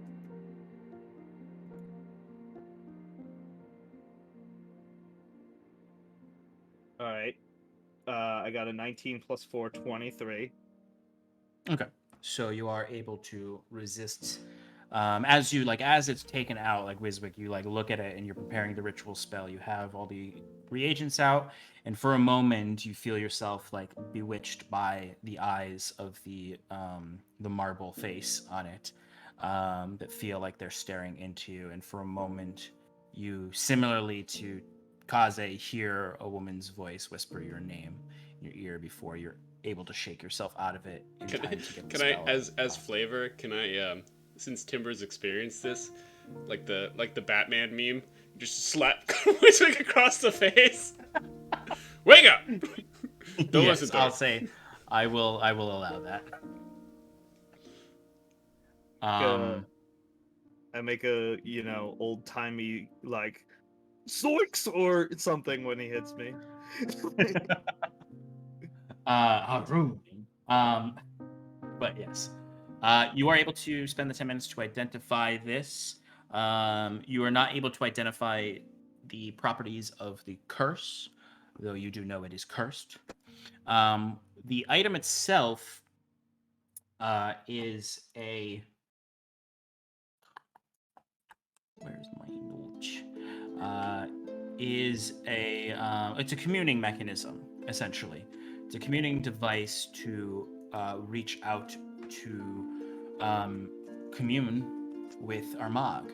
As far as mechanics go, it is essentially a once per day commune spell that can be used to commune with Armagh beyond in whatever prison she's in. If you roll me an Arcana check. Okay.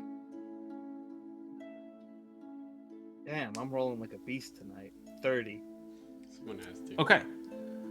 You would see a brief vision as you pluck at the strings of reality with the Identify spell of this item being created.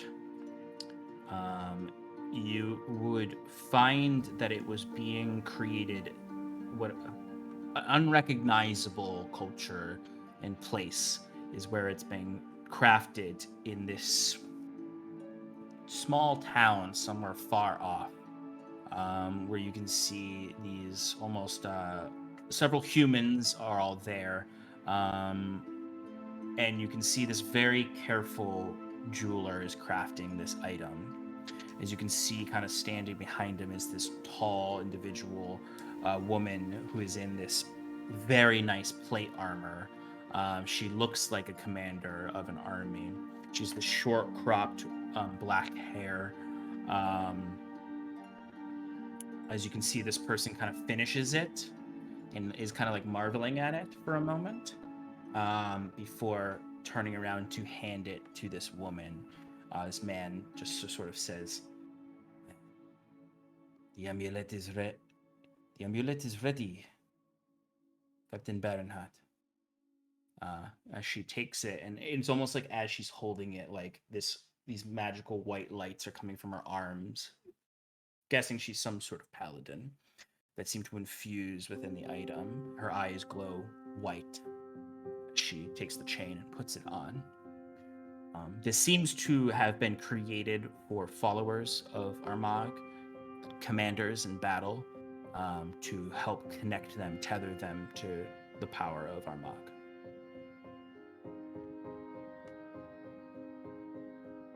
And over the years, probably through Armagh's own magic, it has become a bewitching communing device as opposed to a holy symbol, like it probably was in its origin.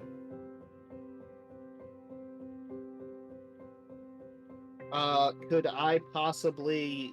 Do I remember the name Captain Baronhardt from the history in any way? Was it anybody, like, important? This is Did a I lost know? person, probably. No one that Okay. you remember from any histories.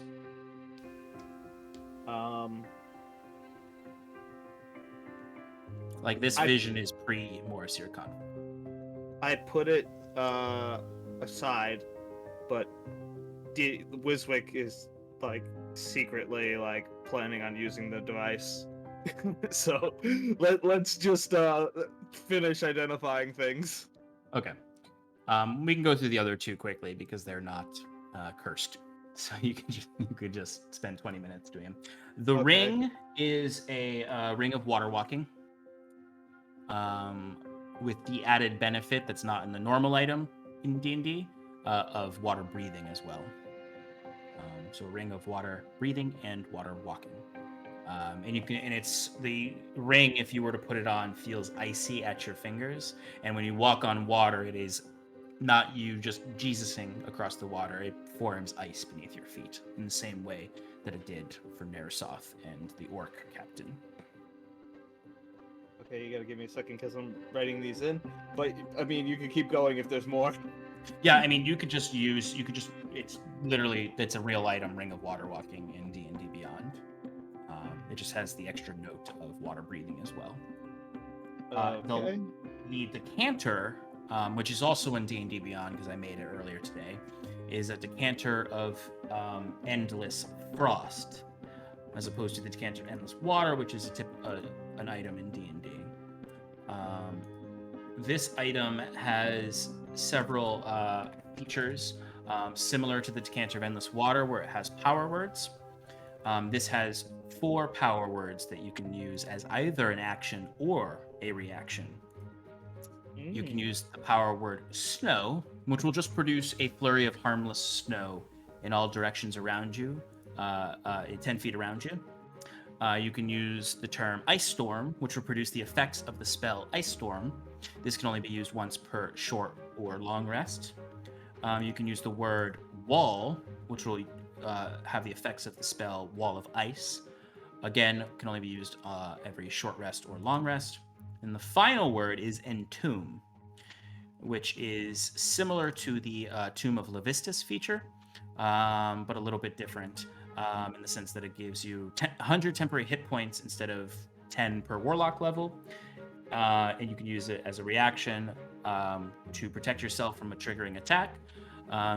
Immediately after you take the damage, you gain vulnerability to fire, your speed is reduced to 0, and you're incapacitated while you're within the ice. But as soon as it shatters or melts, all of those effects are removed. It'll shatter after the 100 temp HP is destroyed, or it'll all end at the end of your next turn. Old embrace. I like it. Yeah. So you've got and it does not require attunement, this item. Neither does the Ring of Water Walking. Really like this jar thing. It's got some really powerful magics. The ring's pretty cool too, but it's not my style. And I give the ring back to what's it called, Timber. After like explaining the things in more detail. And then I look at well, I already forgot what it was. It's like it's a staff, or it's some sort of like I know you Amulet? said it's an amulet, or is it like a It's an channeling thing? Okay. The Amulet. the white raven thing is literally like a amulet on chains. The amulet is made of silver that is holding a like carved piece of marble that has a woman's face with 3 raven skulls at the crown. Okay, so when it was first made in that vision, was it also an amulet? Like, did it have the chain, or was it just like the yes, thing? it was 100% a chain amulet. You saw Captain Baronhart put it on as an amulet, like a paladin amulet.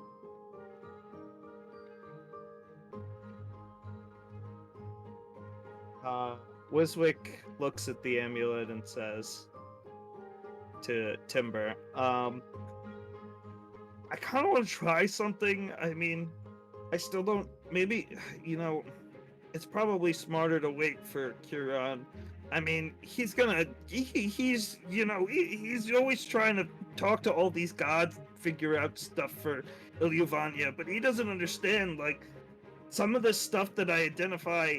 I think this one might actually have something to, like, some clues as to some pre-Moor Seer stuff that I'm kind of interested in, and I mean, he's the one who can get rid of curses, so we should definitely talk to him first. But Yeah, well, he's an expert at talking to gods. Why don't you wait for him to remove the curse and then talk to him about sorry, too much beer. Talk to him about removing the curse, and then where was If you look over, and Timber has like several like old-fashioned like jugs with the stopper that you push with your thumb off of like ales all around him, and he's chugged so many of them. When you told him to bring up beers, he brought a bunch of beers up. He's drank half of them. While you were in that 30 minutes you were identifying, he drank half the beers. He'll be here soon. Just let Kieran take care of it.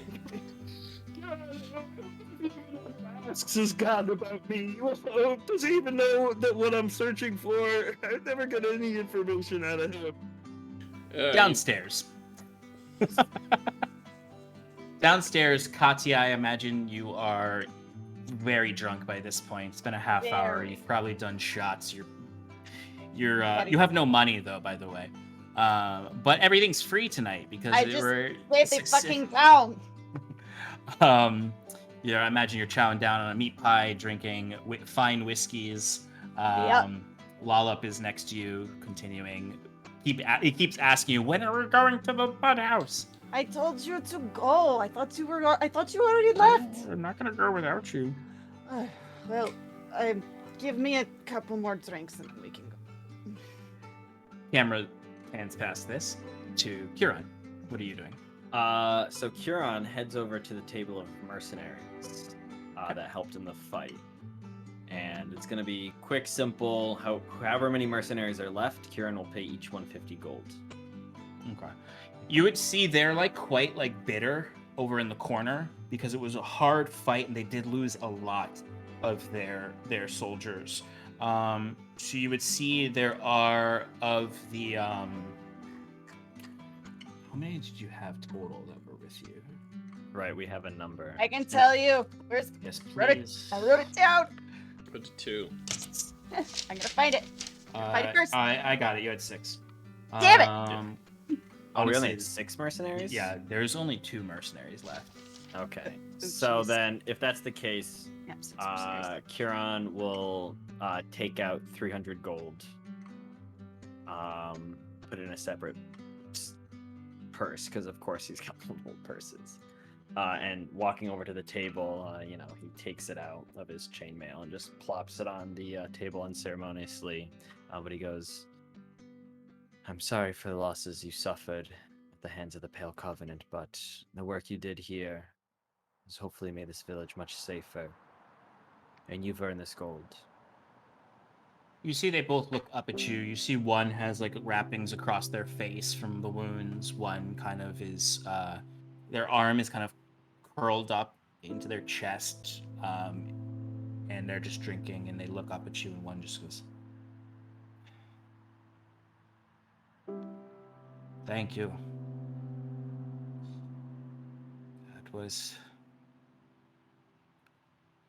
more than we have ever seen before.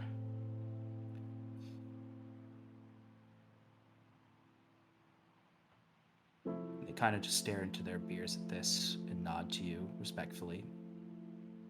As he turns to leave, he'll look over his shoulder for a moment and goes, if you had left it any longer, it would have been much, much worse. Thank you again. And he'll make his... Oh.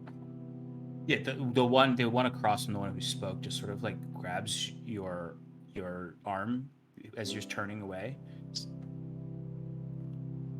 Thank you for saving us all. It wasn't just me. We all had a hand to play here. Crescent Heart, guide you, friend. Holds up the drink to you. Kieran just kind of caps his staff a little, and you see the moon kind of puffs out a little smoke that just settles. But then he goes to walk over to Katya, and taking out a bag of 100 gold pieces, slaps it down between her and Lollop. Did we talk about this? I honestly don't remember. Is this part of the contract?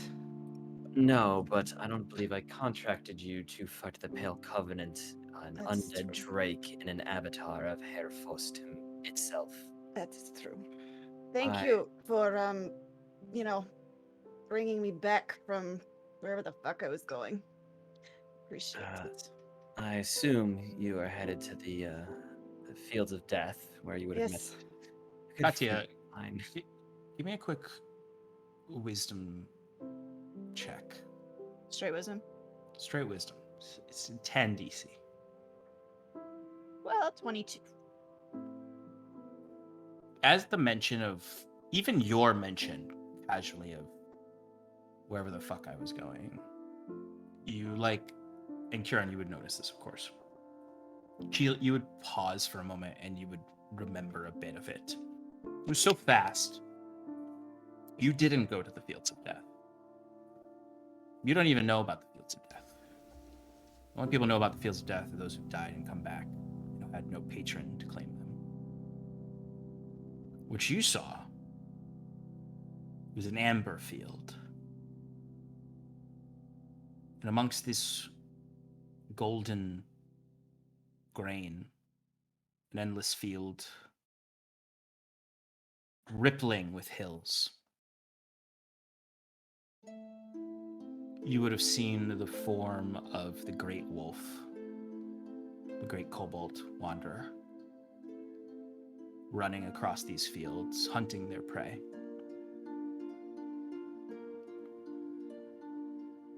You would understand this as the Great Hunt, which is the resting place of all kobold hunters.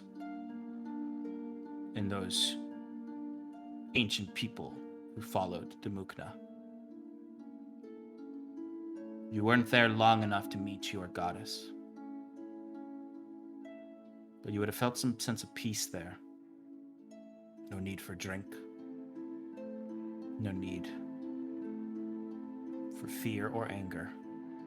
Only the joy of the hunt. The joy of your comrades.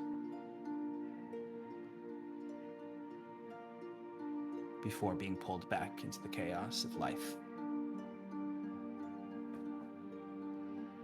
Remembering all of this, you'll see, she was drunkenly joking around, but she kind of stops for a second. And then she kind of smirks. And she says, It was a field. I'd only heard about it when I was younger. But I saw the place that all kobold hunters go. They go to the Great Hunt. And I saw my goddess. Well, you're quite lucky indeed. One I of these days, I'll reinstill the honor it is to be a kobold hunter. One of these Wow. days. I'd say you took your first step today. I would like to think so. In your award, Kieran says, motioning to the gold. Thank you. Of course. It would appear drinks tonight are on the house, and Kieran will give like a little nod to Sunny. But he goes, maybe this can go to some more supplies if need be, and if nothing else, provide you something after we part ways in the future. But for now, please enjoy yourself. I don't want to sour the mood. I will be returning to the others, but we should be setting out first thing in the morning, so... For the Fields of Glass? Yes. Okay. Try not to... I will be there bright and early. Okay. Wonderful. You see Lala kind of like nudges you, Kieran. Just kind of like casually thinks he's being smooth and stealthy and just sort of like elbows you in the thigh. I think I was very brave today. I killed 4 zombies. I killed 4 zombies. 4 zombies! Well, you know what they say, and Kieran's gonna take out 4 platinum and offer them to young Lala. Oh! What the fuck? I died! You got more money than him. Yeah. No, he said... 100 gold is more. That's 40 gold. Yeah, It's 40. Yeah, it's 40. Oh, they're not 100 gold each. No, they're not. Okay, all right. Never mind, I retract that statement. I'm gonna drink more. Lala thinks these are the most beautiful things he's ever seen in his life. Oh. As he takes them in his hands, they're immediately slick. He's like, ah. A great honor. Try not to spend them all in one place, yes? You earned those. I don't think I'll ever spend these. They're beautiful. Don't lose them. Maybe put them in a savings bank? Do they have those? You see he immediately shoves them in his pouch, like, and like even like looks around like to make sure no one sees him putting them in his pouch, even though everyone sees him putting them in his pouch. Mm. And he's like, "We're here." And she reaches and grabs one of the big mugs and lifts it up and here's to you, Kieran, Here's to you, Kieran. master of Please. speaker of the uh crescent roll. It's Crescent Speak- Heart. Crescent. Yes, that's one. You're close. Moon man. Moon He's Man. That's a new one. the best. Here. Yeah, just shoot. Yep, wrap it up. Good job. He chugs his whole drink. Wiswick hears a loud toast from upstairs. He's like, "Oh God, Kieran's wasting money again." Yes. Ugh. Well, I'd best go see to the others, and then I need some rest myself. Like I said, first thing in the morning. I will be there. Thank bright you and again, early. Cobalt Huntress. I look forward you. to our continued adventures. As do I, Kieran the Moon Man. Moon man. Right. And Kieran goes upstairs. I cheers with Wallop. Spilling it everywhere. You hear from the corner of the room, fucking gold Huntress. That would have been Roach's 100 gold. Fuck you, Roach. I died for that. I don't Fuck think- you. Anyway, Cheers. what would you like to do, Kieran? Unless you find the other two. So Kieran goes upstairs and, wraps. I guess he doesn't know what room they're in, so he's just kind of doing the same thing Wiswick did. Just like, oh, no, excuse me, sorry, pardon. Have you seen a little gnome and a hairy man? Oh, Walking down the hall. oh thank This you. is the second person to knock on my door tonight. I'm just trying to rest. My apologies, good sir. Finding the door, Kieran raps on it with the staff and comes inside and goes, well, I've paid off the mercenaries and our Cobalt Huntress. We'll be set to head out in the morning if you are both good with that. We're both wasted, and there's snow in the room, and It's like Oh. you've walked into a snowball rave going on, I imagine. There's beers everywhere. Yeah, empty beers all over the place. What in Ilyvanya's name? We were having a little bit of fun. We got cool magic items. This one's cursed though, so that's on you. And I just toss it straight at him. No. He like starts to drop the. No. So yeah, he's. Oh, you mage hand it. Yeah, no. Okay, No, good. Timber This is- mage do some hand into around wisdom trust saves. and then gives Wiswick the dirtiest look. Like, Wiswick, give me a quick wisdom saving throw. that's what I wanted to do. Also, How by the drunk is way, he? Nat 20. they drank a lot in the last hour. But by the way, to do the snow effect of the decanter of endless frost, you have to shake it up like a bottle of champagne. oh, it's Oh, awesome. yeah. So good. Natural 20. Okay, you resist the effects as you toss it to him, and the mage hand catches it. Don't touch it, Kieran, as you know. Just He leans the staff into the crook of his arm, taking a handful of cloak. He grabs it, and then can you remove the curse? I'll take care of it in the morning. Until then, if you need me, I think I'll spend some time outside. Okay. And Hey, he, Kieran. like, yes. Can you wake me up in the middle of the night? Yeah, just wake me up when you wake up. Kieran cocks an eyebrow and just looks at Wiswick like, what? Don't ask me. I mean, Okay. Timber's Timber. He just says that sometimes. Just roll with it. It's probably fine. Of course. He rips his cloak again so that he can bundle up the amulet, put it in the bag of holding. Before you put it It's- in the bag of holding, give me a wisdom saving throw. Of cloth has not stopped this from affecting people when they Okay. grab it. Mage hand. No. Yeah. Batman me. That's gonna be 12. Curon. You I imagine you step out of the room and close the door behind you with your elbow, and you stare down at this amulet, and you stop for a long moment. The hallway's quiet. It's just the emptiness of the night. There's no one around you right now. You just look down. It's so beautiful. Perfectly polished over the thousands of years it's existed. The eyes seem to reach out to you as you hear, the same way they did in the corner of your ear, Kioran Ilistane.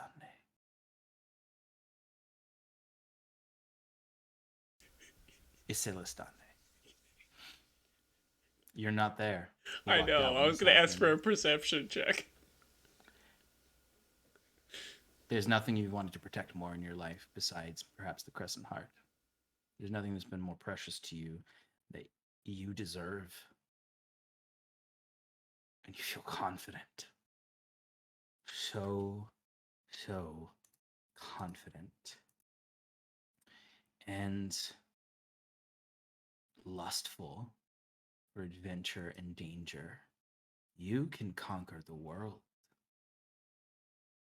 I can conquer the world.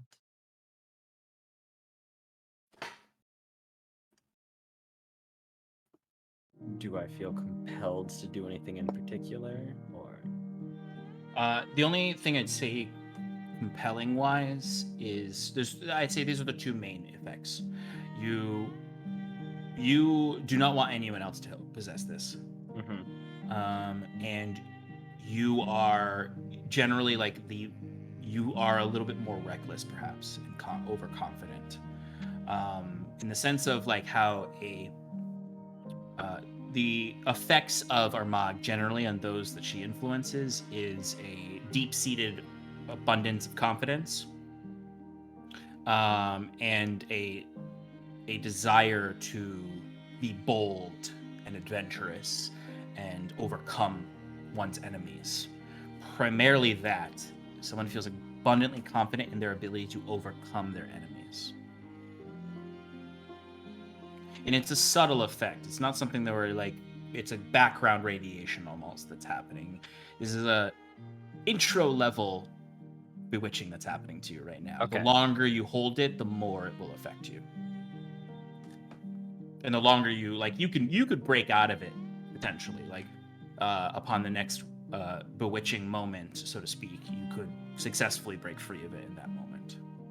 Or if someone notices that you're being overprotective of it, there's a chance of breaking out of it.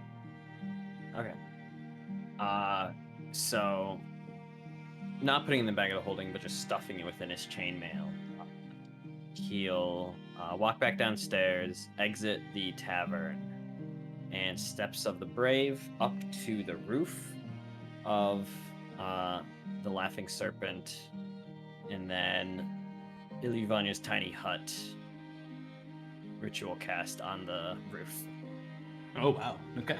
Yeah. Definitely you could do that, because it's also the structures here are not triangular roofed, they are flat roofed, so it's actually perfect for that. Oh, fantastic. So yes, you can definitely do that. You are concealed and protected within Iluvania's tiny hut. What are the rest of you doing for the evening?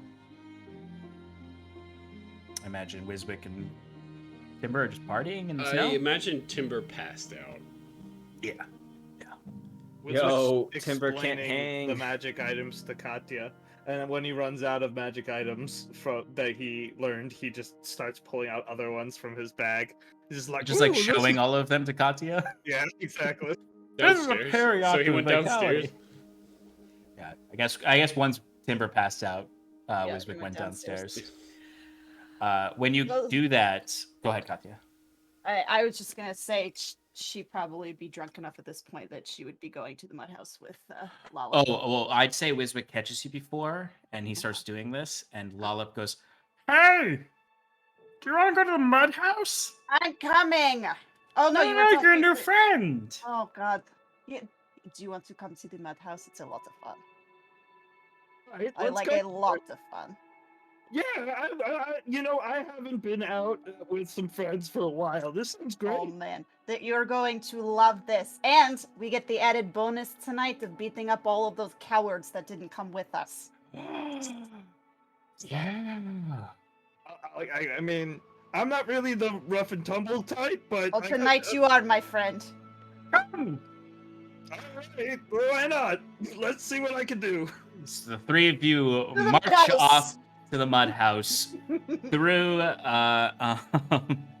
through into the stilts onto the small patch of land where the mud house lays, where you see a large structure made of mud, as you might suspect. It is like lumpy, and it's like a very curved and round in shape. You can see it's kind of shaped like a boot, really, where there's like a tower on one side of it that goes up and slants, almost like the mud is leaning, about to fall over, with a little chimney sticking out of it. You go There in. was an old Lollop that lived in a shoe. Yeah, you go inside, and there's at least 8 to 12 inches of water on the ground. Of course, it is lit with these little tiny turquoise torches that burn. And it has carvings in the mud, as if someone carved something with their fingers in wet clay, of these beautiful drawings almost. They look like sketches of axle dragon in their various forms. You see one that looks like an axle born, but larger and with wings, and pronounced gill fronds. This is a mud axle dragon. You see one that has coral growing on it and shells in its motifs. As you can see, a sea axle dragon. You see one that is sleek and long, almost like a serpent, with fronds and different plants growing off of it. As you see a river axle dragon, all of them pointing to the greatest of them all, where you see one covered in tufts of cloud. As you can see, a cloud Axelborn, the mythological cloud Axelborn, all kind of muraling up the clay wall. As you can see, dozens of Axelborn all kind of partying around in here. Loud, raucous music. They hand you this gourd that has mud wine in it that you can taste if you want. It's very earthy. If you taste it, it's kind of like mushroom. It tastes like mushrooms, and it may have some psychedelic effects. It definitely does, but we're too drunk to know. It reminds you of some of what you're familiar from. I was like, this tastes like home. This place is very, very, very much like the closest thing on the surface you've come to the Underdark is this space. As soon as we walked into the mud house, I just immediately start pointing at different Axelborns and going, fuck you, fuck you, fuck you. You're all cowards. Lollop is the only one here brave enough to go and fight today. So You see one of them kind of waddles forward. He's a little bigger than the other ones, and he's just big. He kind of looking up at you like this. Yeah. Yes, fuck you too. Is that true? Yes, it's true. You Tell them, Lollop. You Tell see them. Lollop takes out his dagger. He's like hugging up a big mug of beer, and he look at the blood on this. That's zombie blood. And you see this big dragonborn, Oxelborn, that seems to be perhaps the head honcho here. He just goes up and grabs Lollop's arm with the dagger on it and raises it up. And the rest of the Oxelborn cheer up for him. Yes! As if there's no lost love between them. And they all proceed to pick Lollop up, crowd surf him around, and hand him a big ol' gourd of mud wine. I'm proud mama looking on. This very much has Return of the Jedi vibes with the the Ewoks Ewoks. celebrating at the end. Wait, that's the wrong one. Never mind. I'm sorry. But if you drink the mud wine, you would have a very interesting evening as you get very drunk, dance, party with the Axelborn, and eventually you all kind of peep around, staring up at the ceiling as the mud wine takes its effect, and the Axel dragons seem to come alive in the ceiling and dance around, all in a organized sort of movement around honoring this cloud Axel dragon in the top. The clouds become real, and the form becomes ethereal as it stares down at you with its deep black eyes and beautiful front gills, as for a moment you think you're seeing a god above you.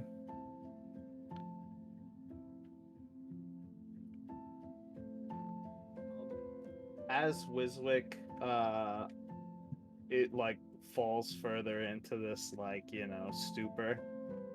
I think that while he's just like hallucinating with his friends, you'll hear him like start calling the Axelborn's names that he just like says out of nowhere. Like they're not their names, it's just like names of people that kind of sound familiar, like they're Snurf Neblin names from his hometown, and he's just like, pretending that he's like back at home while like riding this high. Yes. As you, Lalip, and Katya enjoy the lilting effects of the mud wine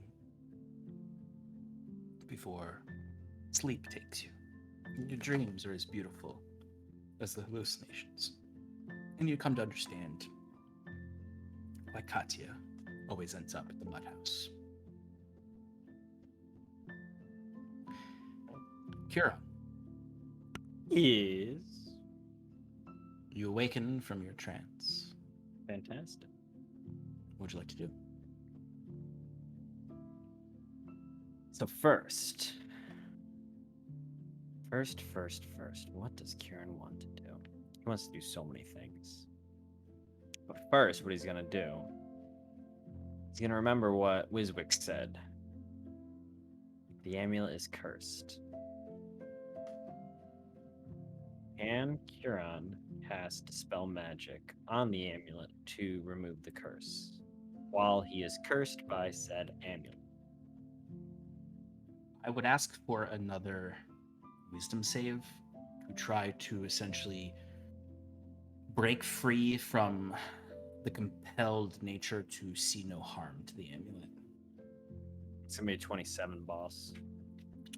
The light of Ilyuvania beseeches you. And as you're staring, I'll even say like you're sitting in the hut, thin veins of moonlight coming from above as you're staring at this thing, and you stare at it for like a good amount of time. You're almost sinking into it as you would feel the touch of Armagh upon you. But in a moment, almost the way that Armagh is compelling you to worship her is enough of a trigger in your mind. No, Ilyuvania is my goddess, not this pretender. And you find your mind is unclouded under the moonlight. As always, Wiswick's right. Glad that didn't have too much of a negative effect on our adventures. Kieran says to no one in particular. And then he lays the amulet down and casts Dispel magic on it. We're just gonna do it at 6th level to try and break the curse on it. Go ahead and give me a wisdom check.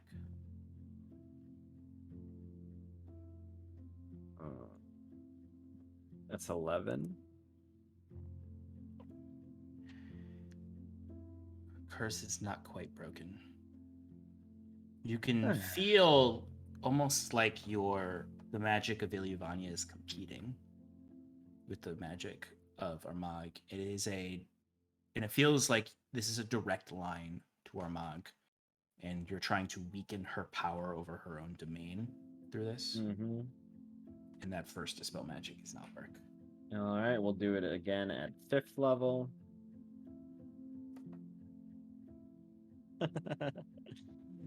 Seven.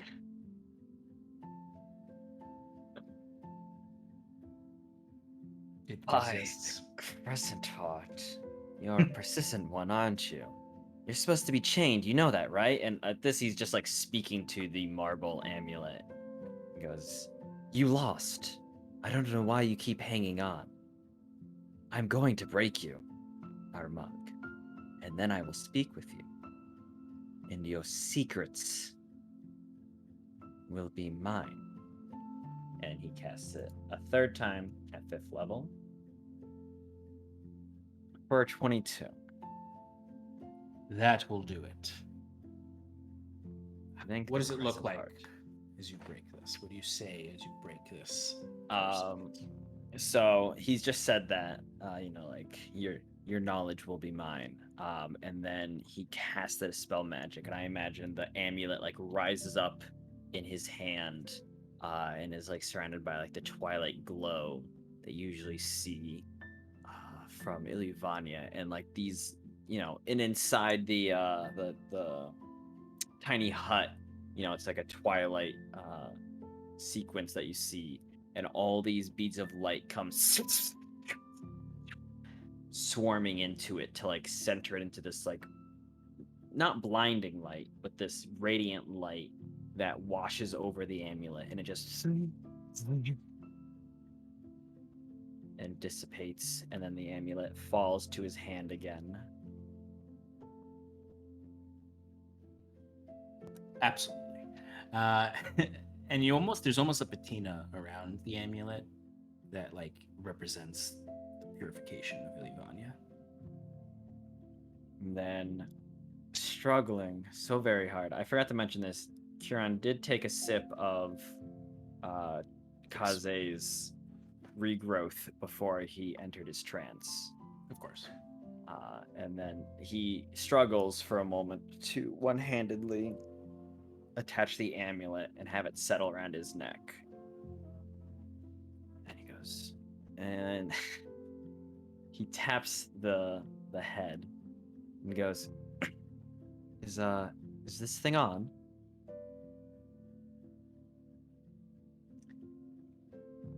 You would feel a connection as you do so, the amulet understanding your intentions. In the face on the amulet would suddenly breathe in. Oh, And blink.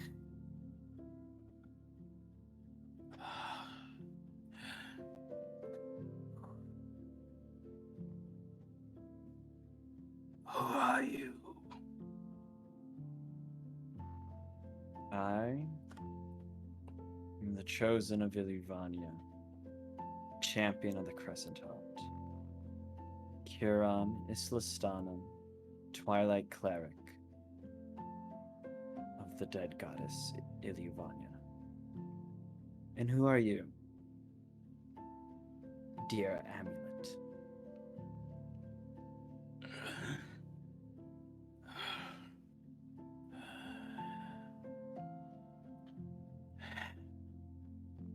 Dead gods. I am the voice of Armagh.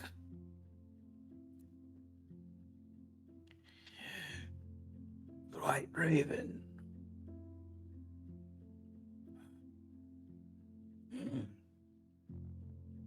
What do you ask?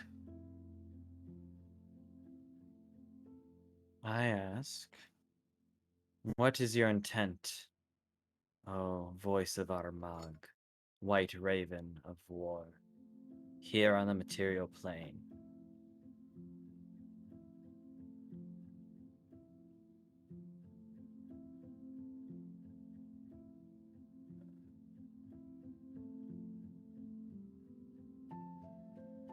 Freedom.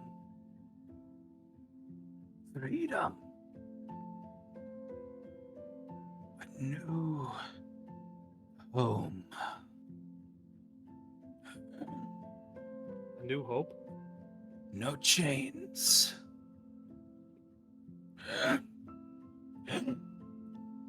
Protection from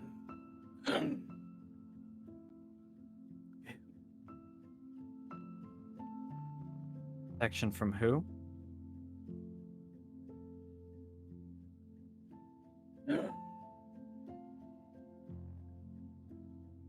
It kind of like pauses. Well, it like almost like blinks, like friend or foe is like what the blinking is doing, but like it can't tell because of the curse that you broke. It's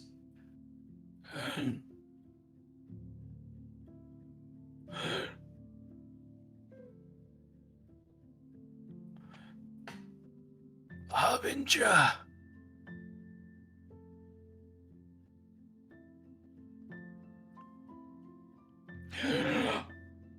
Harbinger. Master of sorcery. Is the Harbinger.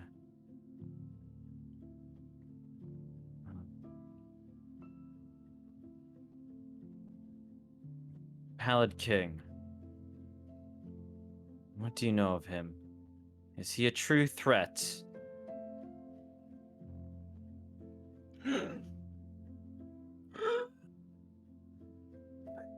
Experiment. A beast.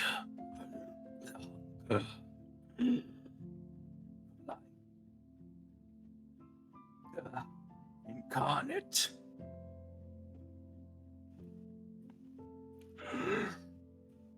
Destroy everything. Consume. No better than the shadow.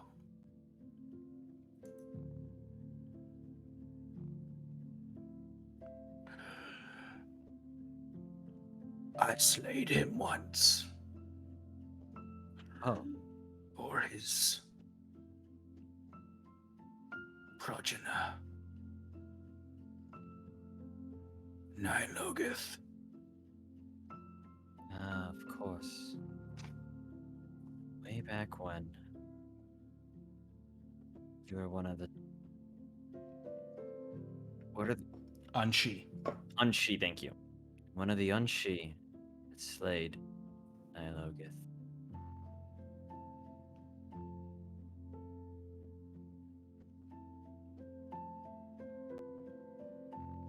Well, thank you for this very enlightening commune. I'm sure I'll be in touch. Who are you? Who am I? You can sense this is a deeper probing question than the original. Mm-hmm. More like, what do you stand for kind of thing. Right. Huron smirks and goes, I don't think that's how this spell works, and drops the amulet. The face returns to its static position as you release it.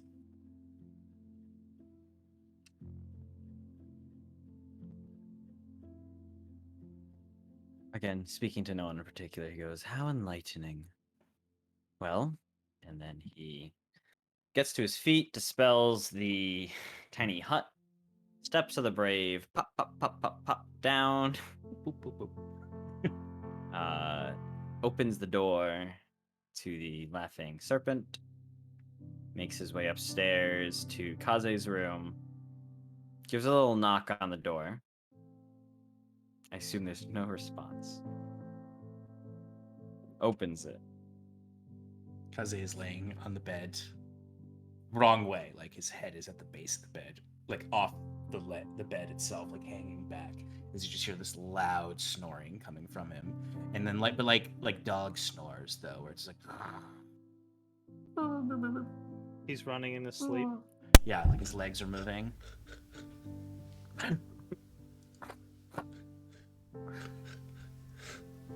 Kieran kind of looks at him and just smiles like, "Ah, my friend, we really need to break you out of this habit."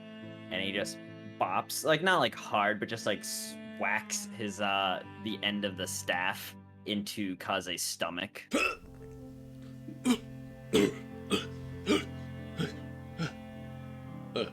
Kieran. Kaze, Uh, good drink? Oh.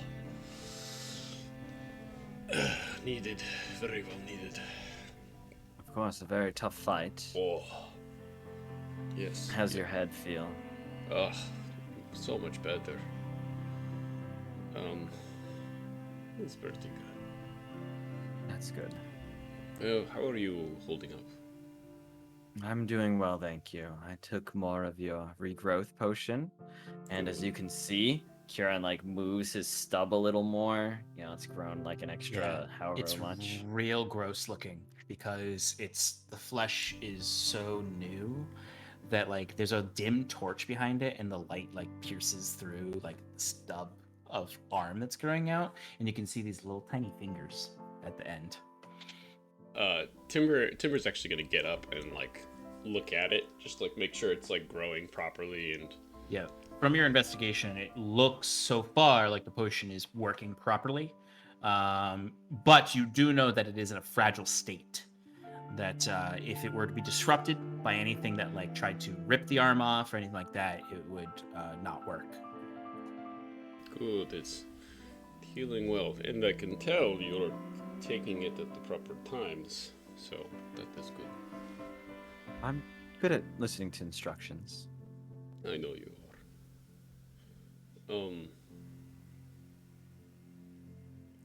Quick question. With my passive perception, can I see? I wouldn't actively look because Timber would trust Kieran, but can I see that the amulet is on Kieran's body? Oh, it would 100% be just out. He would not be hiding it. It would just be hanging there. Yeah, you would see it hanging right at his chest.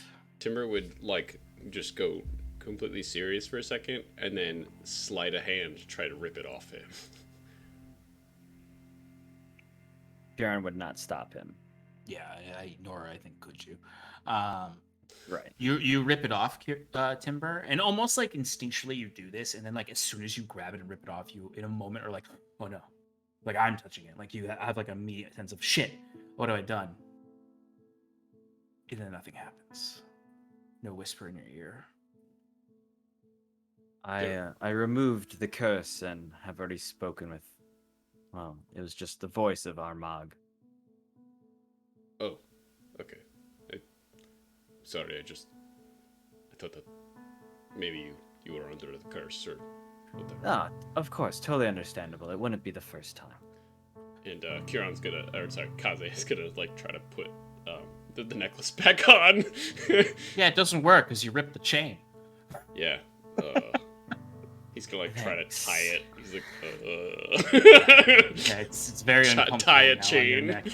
Because It's there's really a weird bad. knot in the chain. Yeah. Kaze, though, like when you do hold it, like while you don't feel the effects of a curse, it is like there's a presence there that you feel. And you feel so, and this is for you too, Kieran. Even with the curse broken, bearing this amulet in any way still influences the wielder or bearer to be overconfident and to feel like they're much stronger than they are and they can conquer their enemies.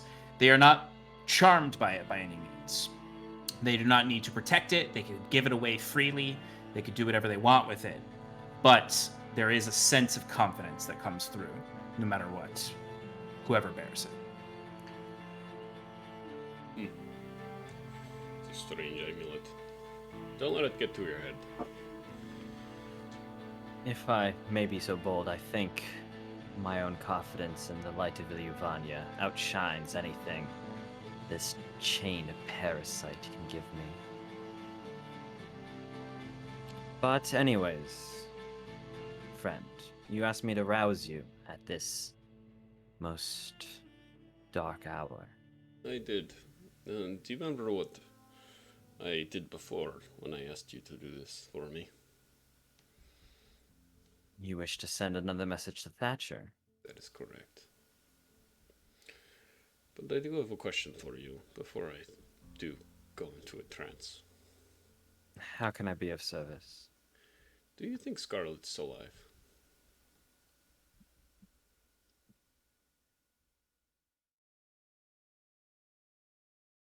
I think her body disappearing the way it did is no coincidence. As I recall, she had told me that members of the Crimson Court sacrificed their souls to the Crimson Seer. Ears. Yes, Cirrus. My magics didn't work on her, and neither did Oriel's, in terms of returning her to our plane.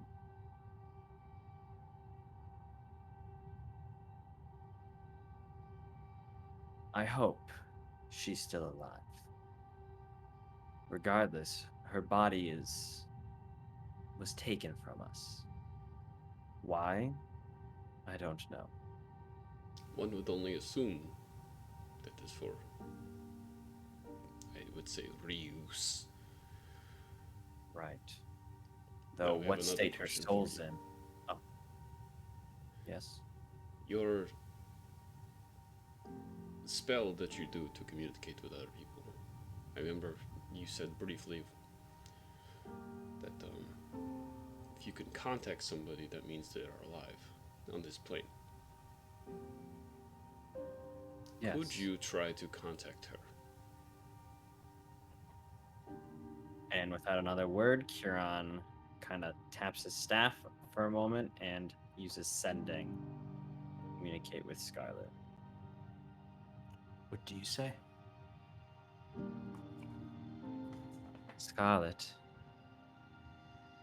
It's Kieran. I'm sorry. Sean, start writing a script for Sharon. Who's Continue. Sharon? Sharon? Shannon, Do, sorry. do you want to cast Sending Plus so you don't have to worry about the I time? can't. I don't have the fifth Oh, you don't have the spell slot. Cool. All right, go ahead, continue. Scarlet, it's Kieran. I'm sorry I haven't reached out sooner. Are you okay? Please be okay. Love, Kieran. XOXO. Smiley face less than 3.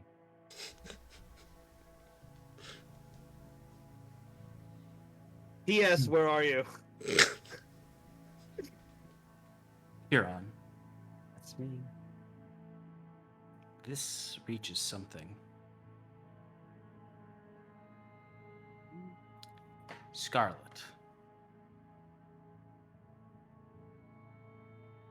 Yes. give me a wisdom saving throw. It's Scarlet, not Katya. Yeah, I gotta get her sheet up. With advantage because the holy light of Ilyuvania has touched her soul. Sure. Sure. So wisdom save. Wisdom Oh. save. With Yep. advantage. Okay. First one's a 12. Second Or one's a guidance. it's a natural 20. Okay, never mind. Okay.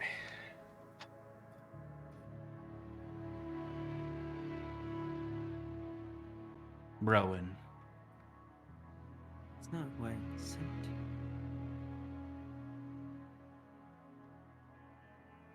Bloodraven's eyes open. Rowan, you see what you've seen before. The ichor around you. The cilia of the chamber latched to your arms, the tentacles writhing, holding you at bay.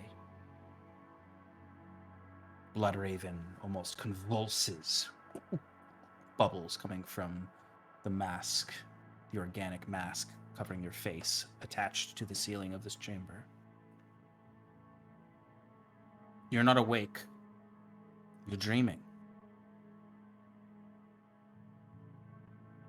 You were about to kill Kiran in this dream, as you've dreamt many times in the last few days. And as your dagger is at his throat, suddenly these words come out. And you halt. Do you say anything back?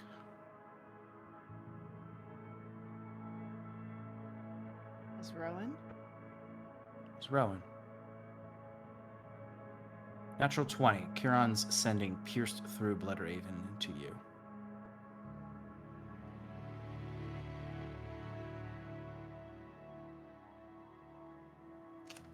Kiran.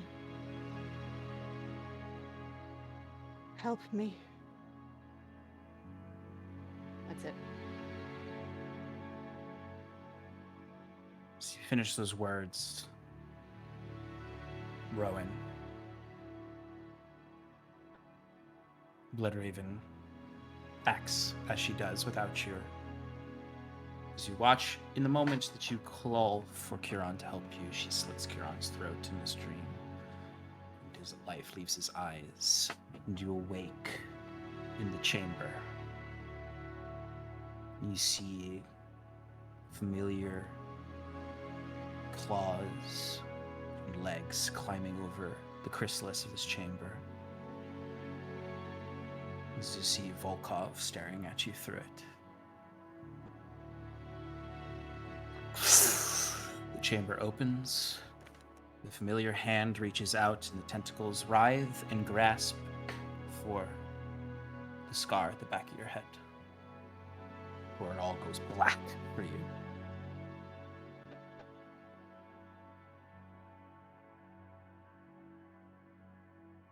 Back to Kiran. You heard Scarlet's voice return the call. The staff of the Crescent Heart falls to the ground and goes, does that, as he just wide-eyed looks at Hits a couple of beer Ozzy and bottles. goes, Sorry. Yeah, it breaks apart. Yeah, absolutely. That sound of chung, ching, ching, ching, ching, ching. she's alive. Oh no. She needs our help. Oh, Ilyuvania, bless us. How? There's not enough time. I don't even know where she is.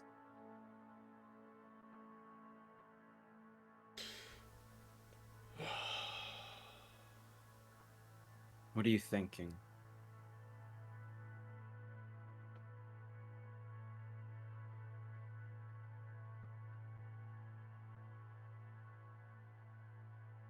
I don't know. She's probably way up north. It would take forever for us to reach her. And Wow. we would be so far away from, or so close to the fields of glass. I don't know what to do. Musicbed has his magics. I think Sure. we should have him scry on her. Maybe we'll get more information. Yes, if he would just give me that damn cursed orb, I could do my own scrying. When I spoke to Armag, it seemed to think Pallid King is not exactly the true threat I thought him to be. Merely a Really? beast still loose on its leash. It's the Harbinger, the inheritor of Carcery. That's who Herfrost was speaking of Herfost, excuse me. As we defeated it. Even Armagh. The Raven Sisters, Herfost, Barrett, the Chained Gods seek to come here, escaping, running from whatever the Wayward One left behind in Carcery. I don't know who or what this Harbinger is, but it is the true threat. A Pallid King, simply a beast off its leash. Hungry, consuming, but unthinking, wild. If we can defeat the Harbinger, an end to it. Maybe the Pallid King will be weaker prey after that. But to our friend, to Rowan, Scarlet, I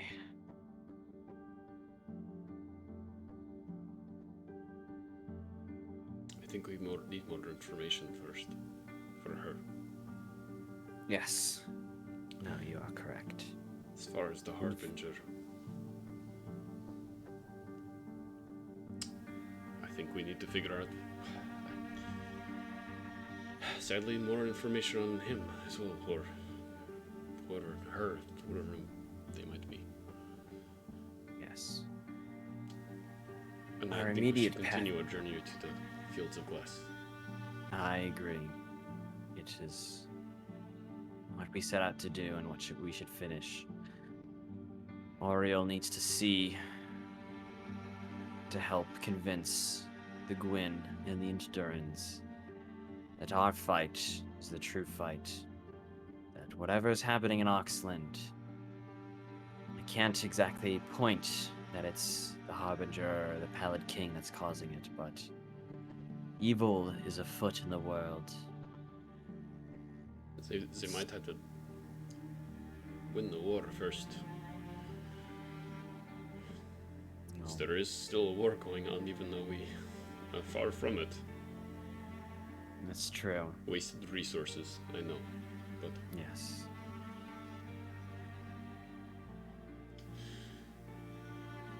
Too well, many pieces are moving, Kaze. there are too many. It's hard to keep track. It is. But as you said, in the morning, we'll head out into the fields. Our new friend, the Cobalt Huntress. She can lead us. I'm sure she can lead us. You saw her in that fight. Yes. Did you see her with that spear? Jesus. And the magics it has. I can't wait to see what else she can do. Get us in with that glass titan. And then we'll have all the resources we need to do damn well whatever we please. Until then, did you still want to mess with Thatcher? Yeah, why not? I mean, if there's anything that should happen, it should be a disruption within Oxland, so. I agree. And fuck Ron, General real cool- Kinsley, so. True. Sure, real quick, just give me a quick insight check. What if I said no? It'd be fine. It'd be fine. Okay, 24. Ignore your instincts. It's fine.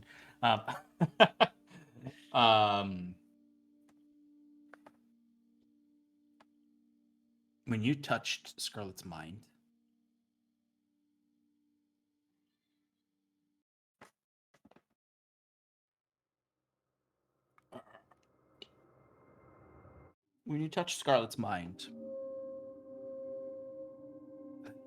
there was a familiar presence to what bound her. You didn't see any of the things surrounding her. She felt a familiar wave of pain through your body. caught yourself almost. You needed to fight off almost a panic attack at the feeling of this energy.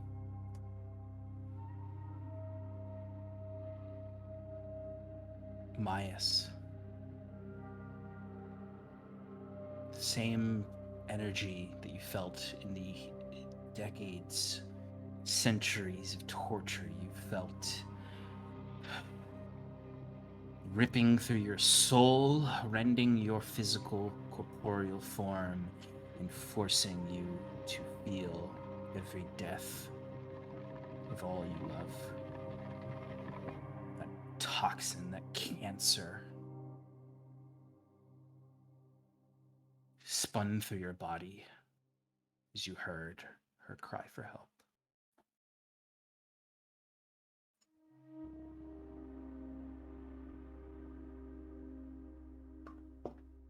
And I don't think we're done with the Scaphielum just yet. No? It took me a moment to register what exactly the feeling was, but when I reached out to Scarlet and she responded, I think she's being tortured by another of their kind.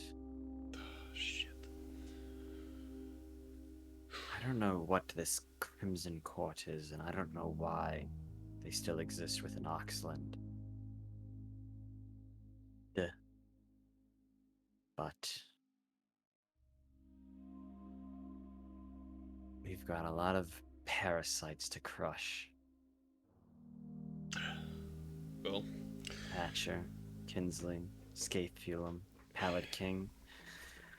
Ah, well, the best thing to do is pin our parasites against each other. So, without further ado, go with the blessing of the dusk and dawn. Kieran will cast some guidance. thank you. I am going to cast Dream. Oi, oi, oi. Okay.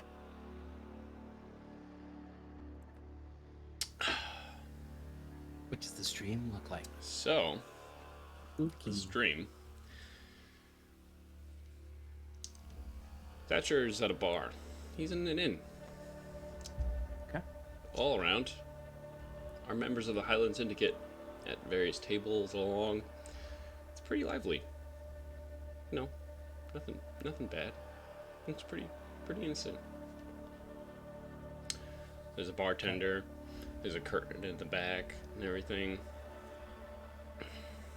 And a hooded figure walks up and sits at the bar next to Thatcher. The deal's off, Thatcher. I no longer require the filthy mask. Found another way to win the war down south. And he lifts the hood up, and it's General Kinsley. Do you know who I am?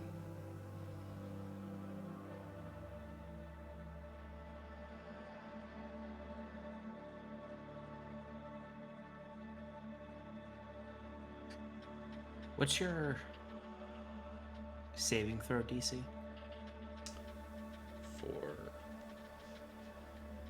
Oh, it's I think it's Yeah. naturally 18. Like that's what the spell came with.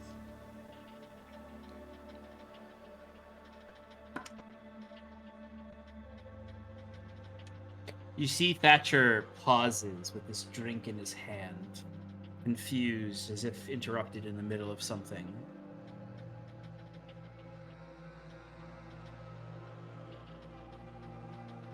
And you said you look like Kinsley right now?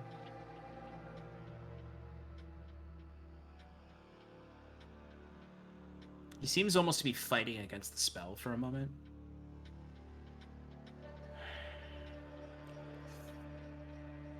And then he sinks into it.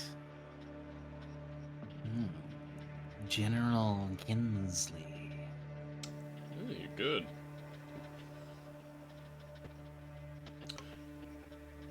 Just contacting you, letting you know. I have instead found use to your sister.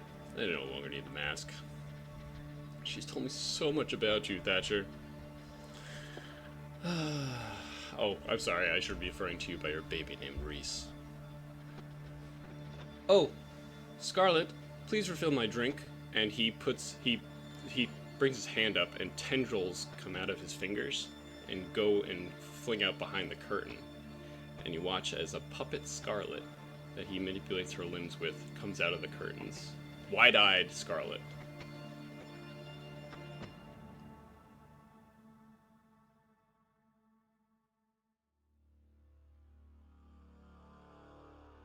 Oh, thank you, Scarlet. Do you need more, Thatcher?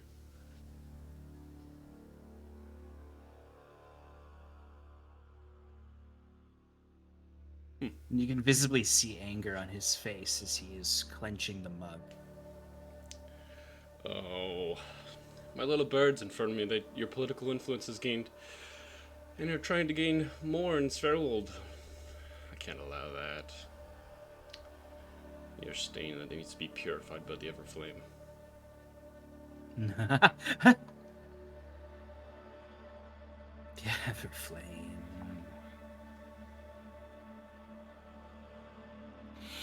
I heard you were making deals with sister.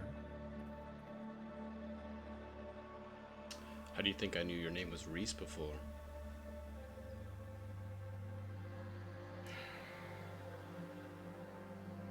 She's done my bidding. And she'll continue to do so. Well, she'll do the bidding of anyone. The right price. Hmm? Oh, she's a mercenary. Hmm? She seems to really care about you. Where's my brother? Where's my brother? That's what she kept saying to me. She kept saying that to me, too. Yeah, well... There's one thing I do know, though. Is that you needed her for something.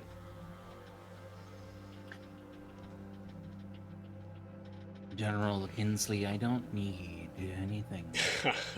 Yeah, sure You thing. or my cursed sister. What do you need? Why are you even talking to me? You said you know all about what's going on in Sverwold. Yeah, I need to be purified. Why even ask? Because you're a stain. And if I am if I am to purify and rule this country, you need to remove from it. Oh.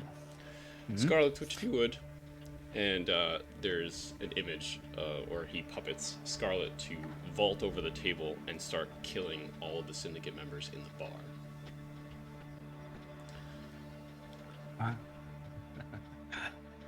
There she is. The murderer I know and love dearly. Right, and she'll do all of this to your precious community, if you will. Yes. And she'll do it to you too, I'm sure.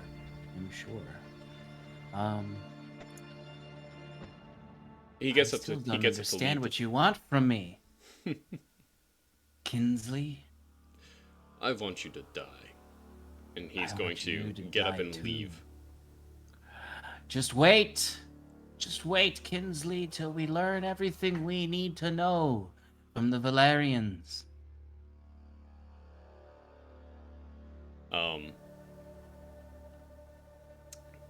The whole world will know. Once I finish this war, Reese, the wrath of the Everflame will show you the real fire and purify I can't you wait to share a noose with you. and purify the hells. You to the hells with it.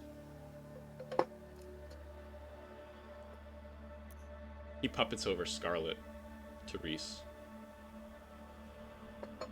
Scarlet's eyes roll back, keep rolling. Look, Reese, I finished Dad's dagger, and she stabs him right in the heart with it.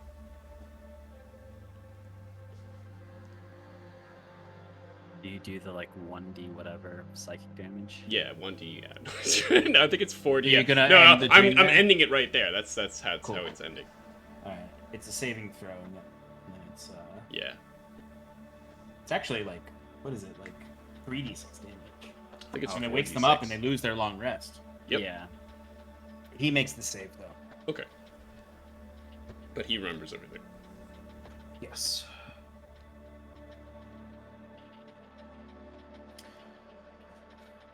Somewhere in the world, Thatcher has just awoken painfully. But not as painful as the last time. You come out of this, like Huron, the entire time you just saw his tattoo, like almost hologram up off his body. And like you see like the scene actually that he's forming in the tattoo, like a hologram, and moving. And then it all comes down and Timber comes out of it. Well, how'd it go, Kaze? What was that you did? Did you bring Scarlet in? I did. I thought you would take a little bit more, I was hoping he'd take a little bit more emotional pain, but it's Thatcher, so he doesn't really have any emotion, so... No, he seemed more like an empty husk. A vessel for revenge and hatred. Yeah. Anyway. Still, look, he didn't get a good night's rest, so he's still pissed off at Kinsley. That's all I care about, in the end. That's good. The biggest thing you would take from it, Timber, is that your last dream, he didn't believe you. But this dream, he did believe you were Kinsley, it seemed. Especially with that last comment. When he said, when he mentioned the Valerians. Do you know anything about the Valerians? I don't know, Kaze. Ilyvania, do I know anything about Valerians? No. No, but if you'd like, I can find out more.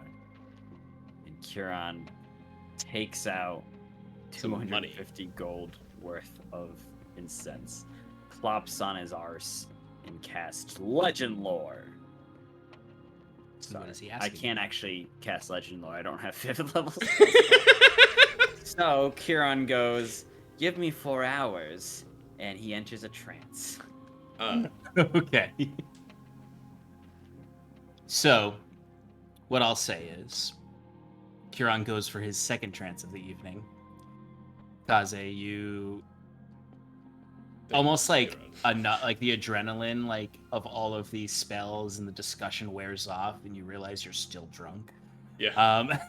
You're just like Huron like literally sits Indians like crisscross in the middle of the room, and you just collapse back on the bed. Yeah, I mentioned... and finish your long rest. Yeah, I mentioned Timber, like, just deep sighs, and then takes one of, like, the flat beers and starts drinking it. Yeah, absolutely.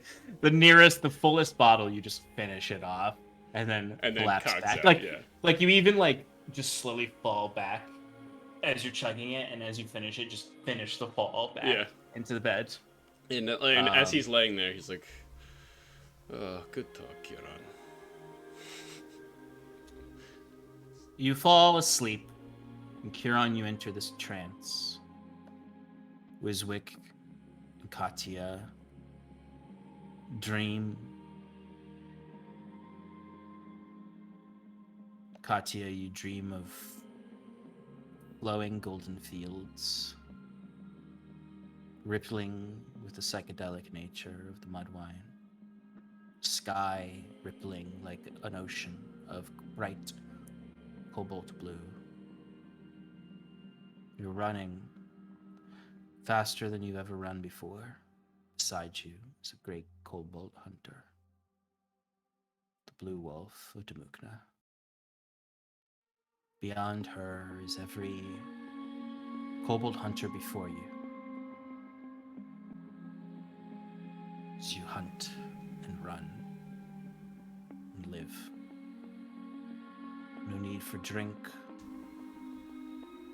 just camaraderie. Wiswick, you dream of dragons that slowly shift to sparkling fungi beneath crystal rooftops in the Underdark. Your family.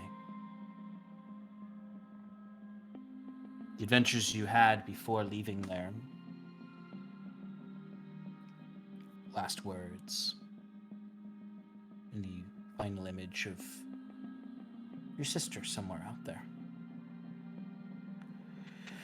These dragons form deeper as you see this cloud axle born almost shimmer and then collapse down into an arcane core.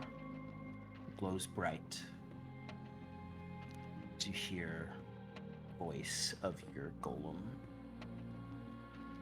Broken, calling out the intelligence growing. Indiscernible right now, but almost there. Timber, you dream of home and Reyna. Smiling in your backyard as she harvests alchemical reagents for you. And Curon, your dreams are quiet in the fields beneath the corpse moon. You think of the moment the shard of Ilyuvania graced you. Moments of doubt in your mind. Is this just coincidence? Did the Telwood Hama fall? I happened to be there to pick it up before it took root. And this crusade is all but a mistake.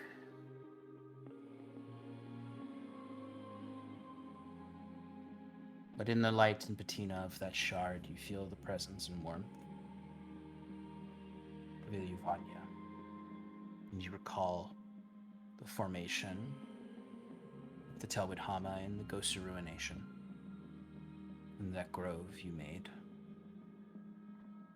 And all those that you've touched and inspired.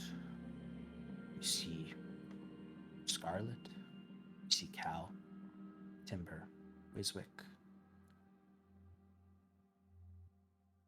McClare, Valen,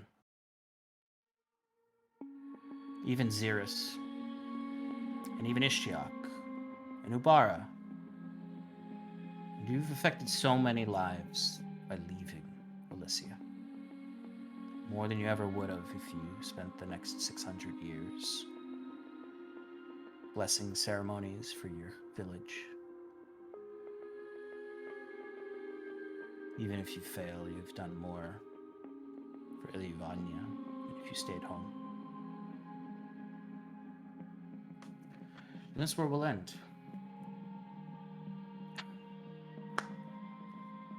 All right. Thanks for joining us, Beautiful. folks. Beautiful. Gorgeous. We will start next week as they awaken, complete whatever other rituals they'd like to cast in Scarlet, and then make their journey in the Fields of Glass, knowing that their friend is suffering as they headed. As we've shown before, suffering friends just get stronger for it.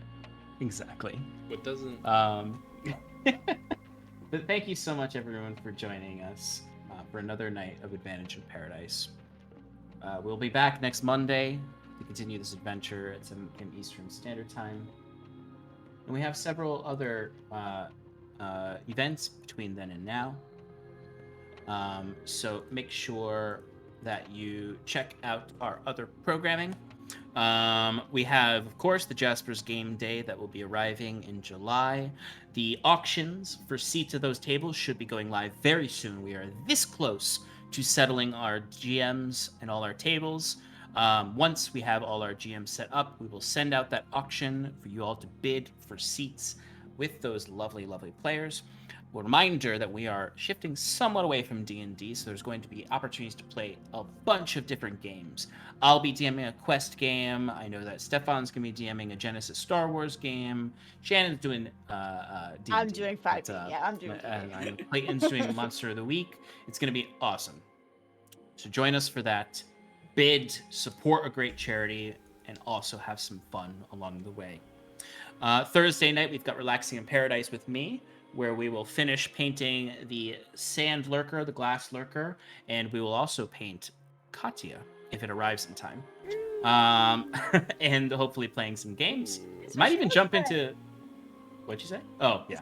I might even jump into some good old-fashioned Valheim this Thursday. I don't know. I'm feeling Valheim. It's a resurgence. I don't know. And then join us on Sunday for the Sean and Shannon Power Hour. There is a 70% chance it will happen, depending on Shannon's return from a wedding weekend. But even if Shannon doesn't show up, I might still jump on and I could be Shannon if you need me do the to. recap. Actually, I'll that's get true. an A+. We could. Oh my God! God. If one of you comes on and does the recap and I give you an A+, Shannon will be so angry. I will quit. I will Oh, quit. it's easy. Sean, you should So stop my Shannon, the notes. only way to stop this is to make sure you get here in time on Sunday. I have so many notes. You don't even know. What the best part God is, I never took damn it. notes in college, but I still did fines. Yeah. Anyway, continuing on, we are on break from our One Shots in Paradise because we're preparing our Jasper's Game Day, but keep an eye out for future references for that. The Scales Above campaign that Shannon and I are in, season 3 will be starting up very soon in one of the first few weeks of July. But I am participating, Shannon and I are participating in DM Mike Farty from Wonders and Blunders. 3-shot on the roll for damage. Unfortunately, Shannon won't be there for the conclusion of it, but she kicked ass in the last one. So join me this Friday for a very fun 3-shot. I'm playing Felix there. You all remember Felix from Yeah, man. Yeah, man. from Veramosia. Nice. Amazing. And he's the potions professor at this magical school, and overall piece of shit. But anyway, I'll also be participating in a Roll for Damage 2-shot that'll be taking place this Wednesday and next Wednesday, where I'll be reprising Auric Solaris in a separate little 2-shot that is based on Monster Hunter, the game. I just decided to do this today, so I don't know any details. But check it out. Well, as long as you have a weapon that's 2 times your body size, then you're okay. Pretty much. But that will probably be at an inopportune time for all of you to watch because it's in Australian time. It's going to be in the morning. So if you're available Eastern Standard Time in the morning, I think 8 a.m. or 9 a.m. on Wednesday, I'll be streaming. Set Couldn't you wake thousands up? of alarms. And I going won't, to work don't late. want to have to. I Um, don't want to have to call you. I will be fine, Shannon. He's a Uh, big boy. I'm a medium boy. But thank you so much for joining us, everyone. We're going to send a little raid over to our friend Critical Bard, give them our love and respect, tell them that we sent you and that we love you. Have fun, folks. We really appreciate you supporting us. Come back next Monday to see where this wacky story goes and see what else they find out about Scarlet and the Harbinger. Good night, everybody. Say goodbye, everybody. Bye, everybody. Who are we finding out about? Wait, what are we doing? Your Who mom. am I? Is Sean a medium-sized creature? All right, take us out, Alex. Okay.